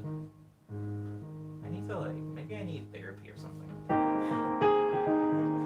Does anybody else get weirded out when their neighbors just don't talk to them? If you have a neighbor that's like out doing their thing and you like wave to them and they just don't wave at you, does that like bother anybody else? It like bothers me deeply for like hours. Like I won't be able to get over it for a minute. Anyways, Leanna's a hoarder. I need to get rid of so many clothes. Yeah, it'll be impossible for me to be get into like a hoarder territory. Not because I don't keep stuff, but when I do throw away like one or two things, I usually go through the whole house. Like I threw away so much stuff, guys. I went through the refrigerator. I went through the cabinets. I went through the hall closet. I threw away some stuff because during House of Omni, guys. For anybody that doesn't know, my home used to be like a weird SoundCloud space where I would let people crash here a lot, and it was called House of Omni. I'm not really going to get into details of it, but during that time, I had a lot of extra blankets and bedding in my hall closet for visitors, and I had air mattresses. And I recently got rid of all of that extra bedding that was just for guests, and now like I actually have a room in my hall closet for stuff, you know? Like I was able to actually outload some of the stuff in my closet into the hall closet. It was nice. And I'm thinking I'm like bordering on getting rid of my uh, air mattresses. Like they're really just for people that want to crash at my place, but like people don't really crash here anymore, which makes sense, you know? Stop hanging out with as many people. You grow up. Everybody like doesn't need to like crash, so. I might even get rid of those. I don't know. A new time, a new chapter for me.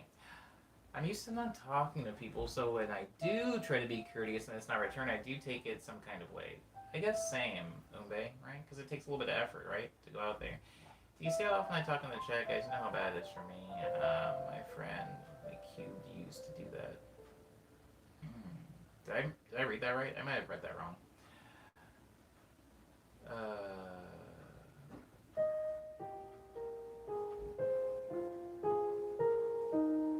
I'm 18. I should have more crashing days in the future, says Theo. I will say, during that time was 2015, 2016, a lot of us being like kind of a loose term that I'm using to just refer to like me, Divio, Maxo, Ryan Hemsworth, Manila Killa, everybody in Paper Crane Collective, everybody in Moving Castle Collective. Like a lot of us were just kind of starting out, at least starting out to like playing real things and doing things in like the real music industry outside of SoundCloud. And so a lot of us didn't really have a lot of strength on our own, so we just relied on strength in numbers a lot. And so we were always kind of in a squad. Remember when everybody was taking squad picks all the time? There was always like 13 people. Everybody was like doing prayer hands or squatting or doing a peace sign. Like that was the time. And so a lot of those people actually couldn't afford to live in LA. So what they would do is they would save up money and they would get a plane ticket out here, and then they would just do a lot of networking and play shows while they were here. But since a lot of them didn't have money, I would allow them to stay at my place instead of getting like an Airbnb or something like that. And they would stay here and we'd like make music and play video games. It was really a weird time. Now that I think about it, like I didn't go to college, like I didn't finish college, I did drop out. But that was probably the closest thing I had to a typical college experience. Just like a bunch of like 20 somethings like hanging out in an apartment and playing video games and eating pizza and making music and generally not having too many responsibilities or like care for the future. It was pretty cool. But that time is over now, so I might get rid of the air mattresses. I don't get offended. It's especially kind of weird interacting with neighbors right now because COVID. Right? I mean, I guess, but I'm just waving. I was just waving. So, people not returning waves always makes me feel weird. It's always difficult trying to tell people about Maxo, for sure. Alpha, Maxo Cream being like the definitive Maxo. Now that Maxo has kind of receded from his space, has made it more difficult. People usually just assume that you're talking about the rapper, but I do love Maxo. That's my guy. That's my guy forever. I think we're just gonna be friends forever, which is kind of cool. Just moved to the Midwest and everyone waves at me first, says Thomas. Interesting. Um, some something that I want to say, and then I will start to close the stream down because it has just turned into like podcast time where I'm just talking. Um, I something I think about a lot with the music industry and music affiliations and oh, what a nice chord. Hold on. Hold on.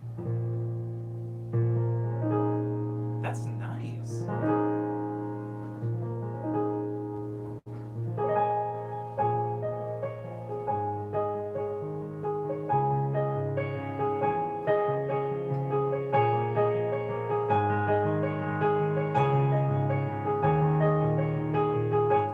Anyways, something I think a lot about, well, like musical affiliations and stuff like that in the scene or in the industry is, when you're like looking at an old, when you're looking at an old, some like old like rock man, just some old rock man having an interview. You're looking at like an interview with Velvet Revolver or Guns N' Roses, or Metallica, and they're just like, yeah, man, we used to do blank, blank, blank back in the day. We were doing that, and then Led Zeppelin came through, and we were like clapping it up. They always tend to mention the homies that they're homies from back in the day who still matter. And matter, I know, could be kind of a divisive term right now, because I'm not implying that just because somebody isn't popular means they don't matter, but somebody that we'll all recognize, right? Like if you're looking at an interview with Pink Floyd, maybe they will mention somebody from Led Zeppelin and be like, oh yeah, and then we went by the space, and then we went here, and so and so from the Beatles was actually there. Rolling Stones came through, and like I remember him from back in the day. Hugh Hefner always had, but they're usually mentioning people who kind of matter in the general conscience, right? Um, Name recognition, and it creates this weird,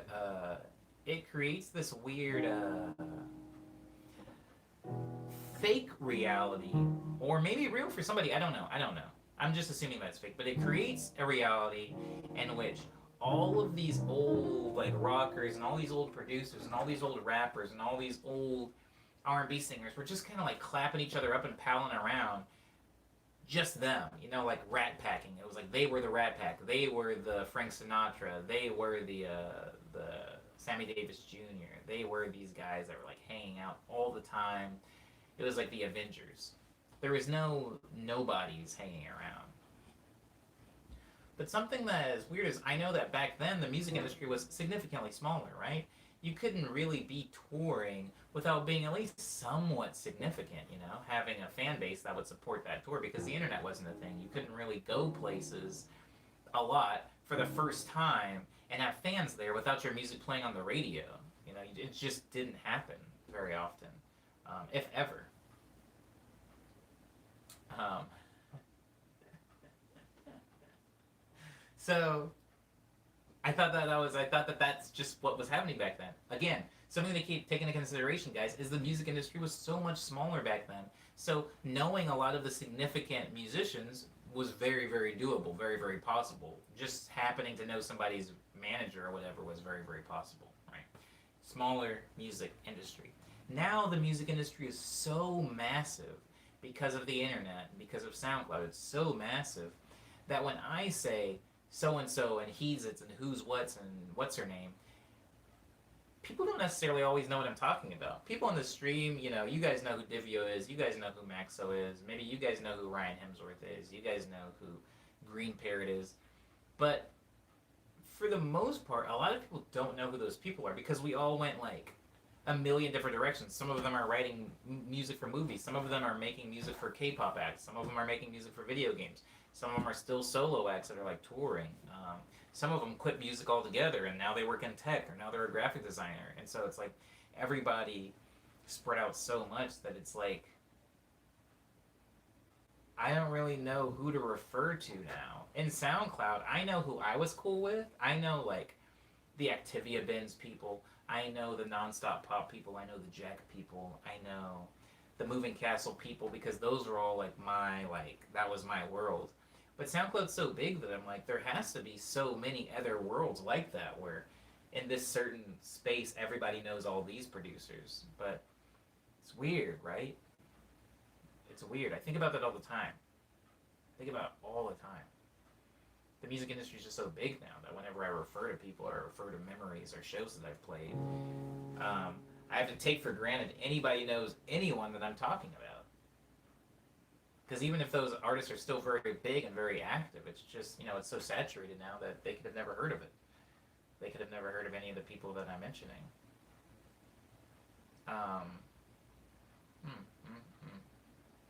I met Ryan and tried giving him a pumpkin pie, says Alpha. Do you know the avian cloud community? Yeah, I don't know what that is. I have no idea. See, this is exactly what I'm talking about. It's just too big now. It's too big to know anything. And so when our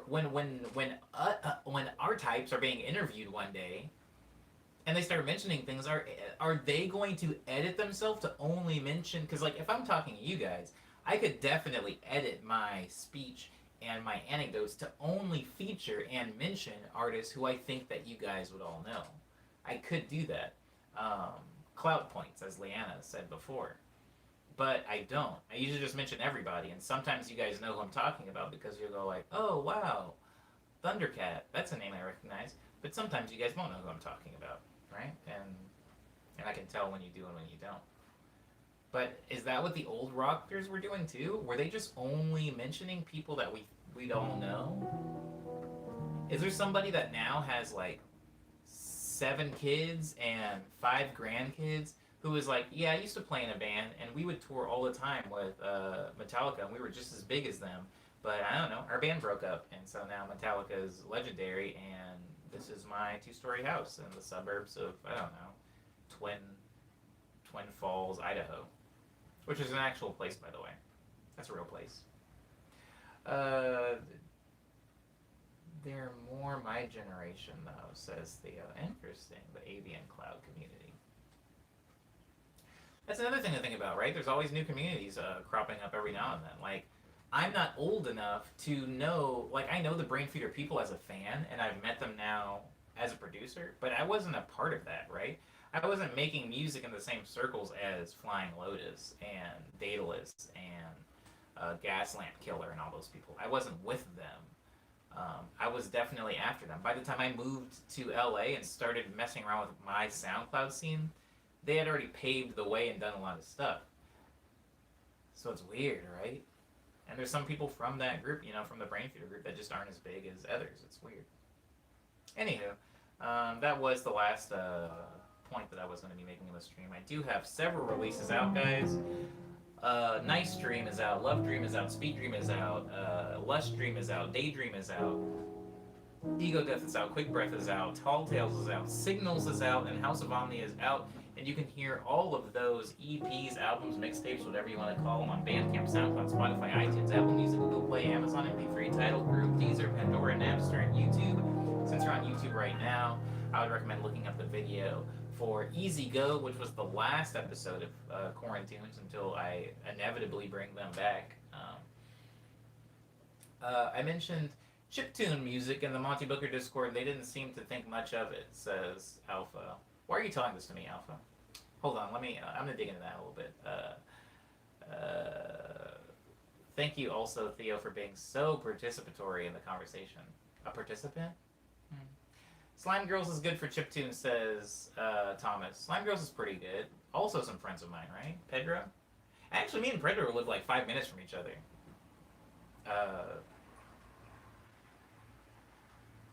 Yeah. That's weird. That's really weird. Wait, but Alpha, why are you saying this? I remember Flylo used to release killer chiptune stuff back in the day. Why are you saying this? Uh, why are you? Alpha says I mentioned chiptune music in the Monty Booker Discord, and they open ended. I don't know who they is. They didn't seem to think much of it. I don't know what this means. I don't know why you're telling me this. Flylo actually made a track for Adventure Time. If you want to hear one of those tracks, I'm very familiar with Flylo's discography, but I hear you. Why did you say this? Why did you say this, Alpha? Alpha, why did you say that? I was actually pretty heavily inspired by his more video gamey sounds. Honestly, Umbe, you want to know something? When I was younger and was just getting into Flylo, those were the first tracks I heard by him.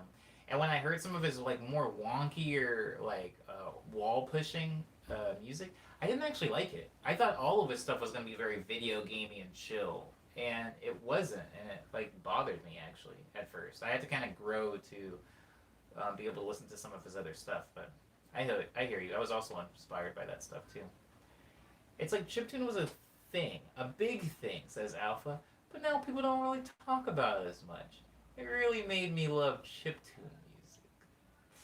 I like Alpha. Okay, so first of all, Alpha, I'm not going to get into all of this because as a chiptune artist who, like a lot of chiptune artists, left chiptune and started making post-chip before making other genres, I'm not... It's a lot to unpack, but I will say, Alpha, a lot of people do not like chiptune.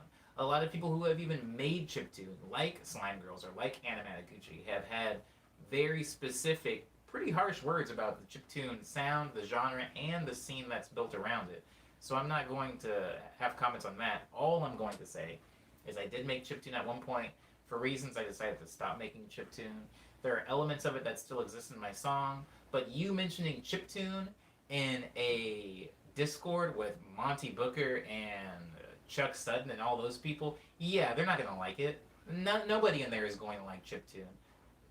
I I can't say too much. I can't say too much more without it getting weird and like salty almost. But like, I don't even really like chiptune that much right now. And I feel like a Discord server full of a bunch of people that are like sound design junkies who like want to make stuff that sounds super hard and like, ooh, let's go hard. I'm doing the stink face. They're not gonna like chiptune. Like, of course not. They don't even like my music, and my music is like way more dynamic than chiptune. They're not gonna like chiptune. They're not gonna like it. Anyways, it's like Alpha's like, man, at least enjoyed it a bit. I hear you, Alpha. I'm on your side. Me and you are on the same side here. But yeah, they're not gonna like chiptune.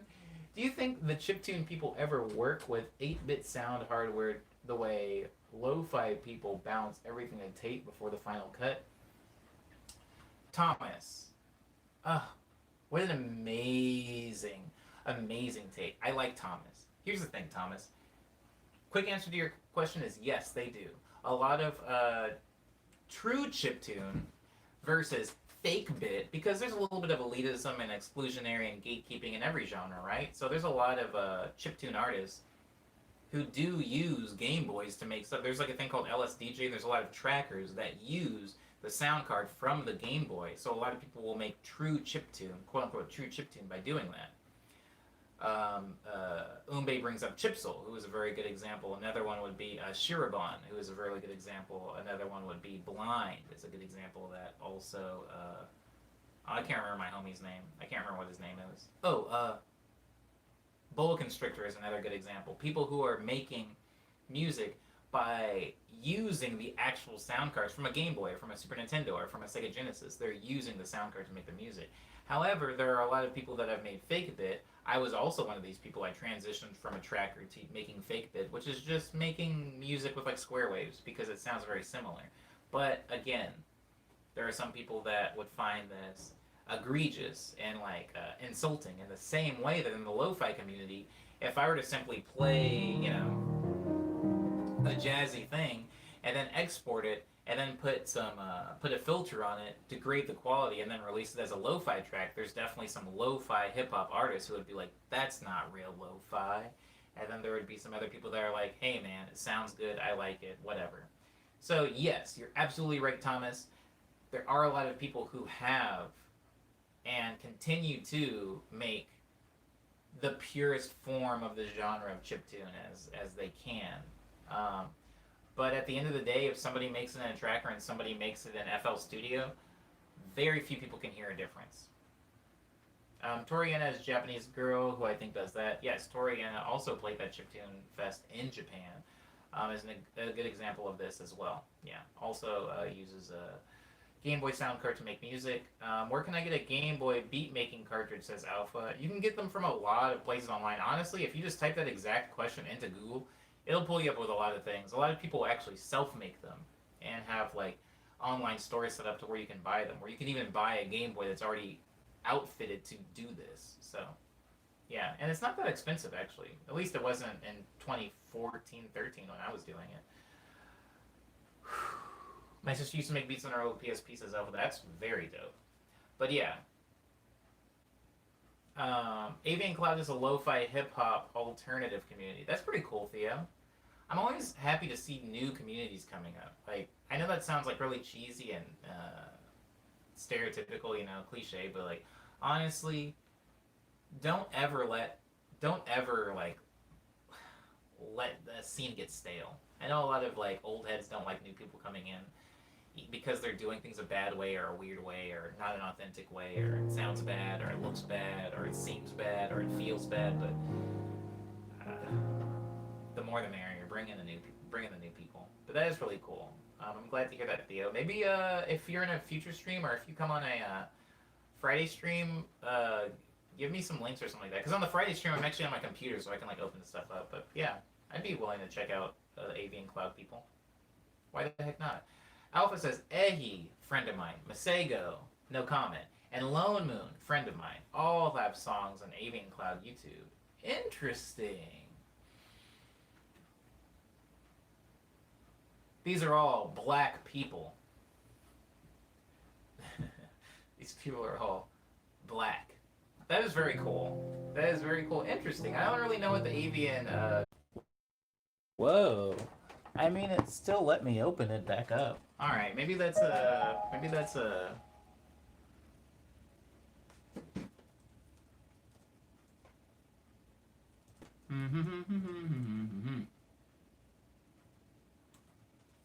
Okay. All right. Okay. I did already do my news anyway, so I'm just gonna do. Oh my God, it's so hot. It is getting hot. I think you have to refresh to be able to see the stream. By the way.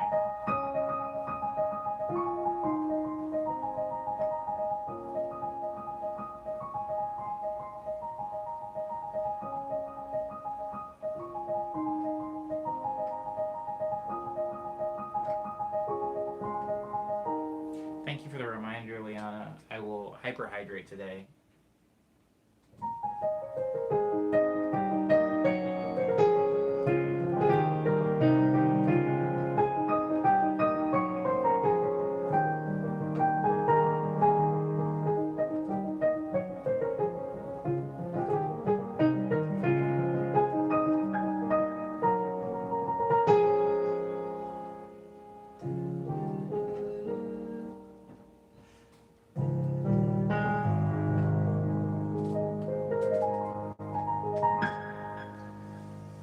Thank you everybody for liking the stream as well. Last night I did something called a midnight medley on at midnight. I just like did like a really quick like Instagram thing. Some of you guys might have missed it. I don't want to make a regular habit out of it, but I just had some creative energy and I played some piano at midnight. Guys, thank you so much for being as talkative as you were in this stream. I know it's Labor Day. You guys have a lot of wild Labor Day weekend plans. Parties to go to, shows to attend, barbecues to crash. And so I'm glad that you guys were spending it here with me on YouTube. I am going to try to spend the majority of today not in my apartment because it is hot in here. Probably going to go up to the mountains, maybe see some raccoons and whatnot. I hope the best for all of you guys. I will see you back here tomorrow, Tuesday morning at 9 a.m. for morning medley number 217. Thank you so much for being respectful to me and polite to each other. Enjoy the... Oh, Cyber just got back. Enjoy the rest of your day, everybody, as well as you, Cyber. Thank you so much. What? Oh, can someone give me a Ehi song to listen to him? Whoa, whoa, whoa, whoa, whoa, whoa. Hold on. No, no, no, no, no. What? You kidding me? Hold on. I'm gonna. Oh my god. Freaking. Hold on. Somebody give me an Ehi song to listen to. Gotta be out of your mind. You want it on SoundCloud? Can't find Ehi. It's because they're not under Ehi. They're under Ehi Robo. You would have to search that. But if you listen to my song 1/million, that's an Ehi song. But I don't want to just make this like a self-promotion thing. I do want to actually... Oh, Ehi... Oh my god. Hold on. Do you want it on SoundCloud?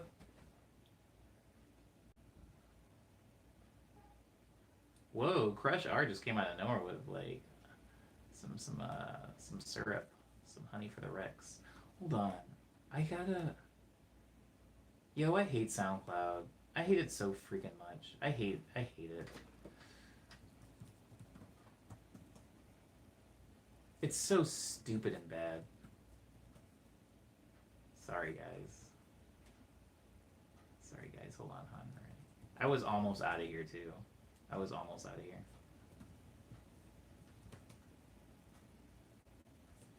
I don't remember my SoundCloud password. I don't know how to get in here. So I can't get it. I can't log into SoundCloud. Longs by Hair was another dope song. I got the only live recording of 1/million. Oh crap. That's true. That is true, Liana. That might never happen again. It probably will never happen again. So yeah, you do have the only one.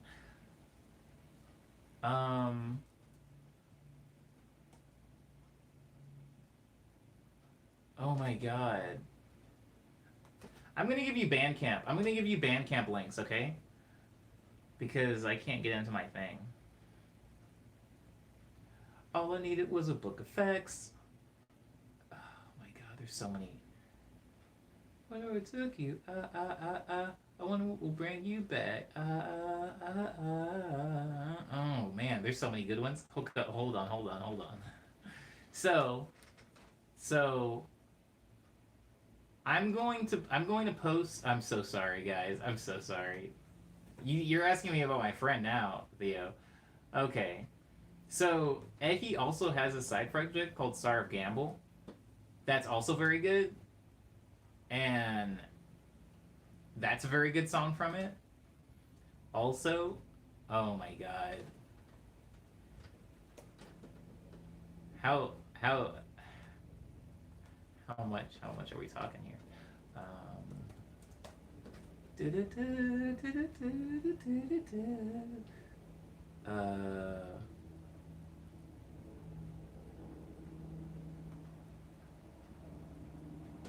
Oh, that one's not on Bandcamp. It's only on Spotify. I don't know how I'd be finding this stuff, guys. Hold on.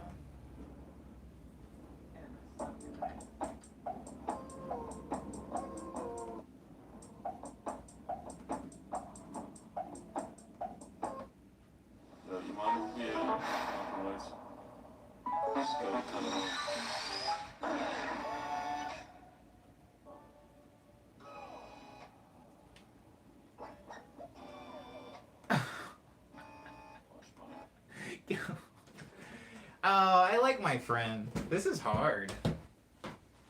Hold on.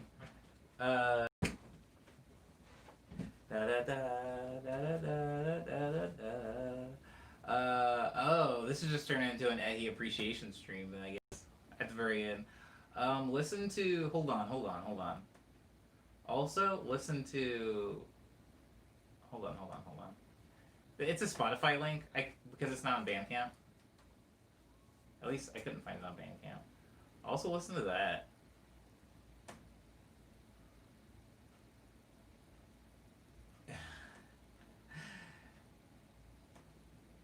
I don't know. Hold on. Okay, I do have to go, guys, but I feel like Ehi is one of my only friends who I would consider myself like a. Oh, I just found it on. I just found it on. Sorry, I just found it on Bandcamp. So maybe you can ignore that. You can ignore that Spotify link I sent.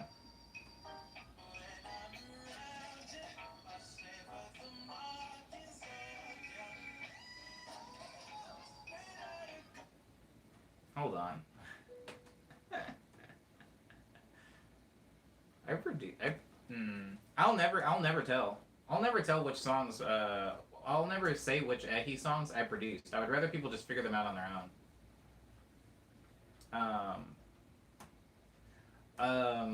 But yeah, I'm never telling. I'm never. There's a few things that I've made that I actually prefer to. I prefer to keep. I prefer to keep a secret, as like stupid as that sounds. I would prefer people not to know that I made them.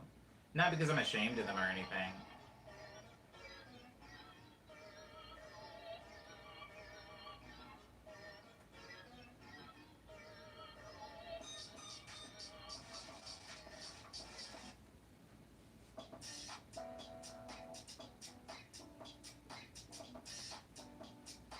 Guys, I have to go. I have to go. I'm very hungry. I haven't eaten anything today. Okay. That's the last one, and I'm good.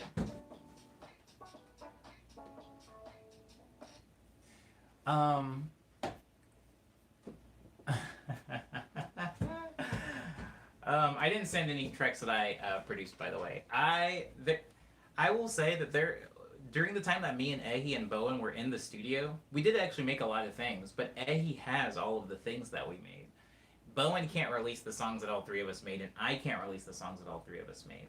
But Ehi has them all on his hard drive, and so there have been times where he has released stuff or played stuff live, and I'm like, oh, I made this. It's pretty chill. I love that dude. That's my guy. You also have a blessed day, Theo. I'm gonna go get some dope food. He's so cool, man, says Crush Art about Bowen. Yes, Bowen is very nice, very cool.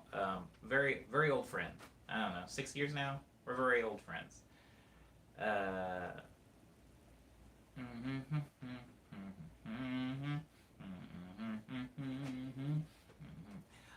Theo says Halbo.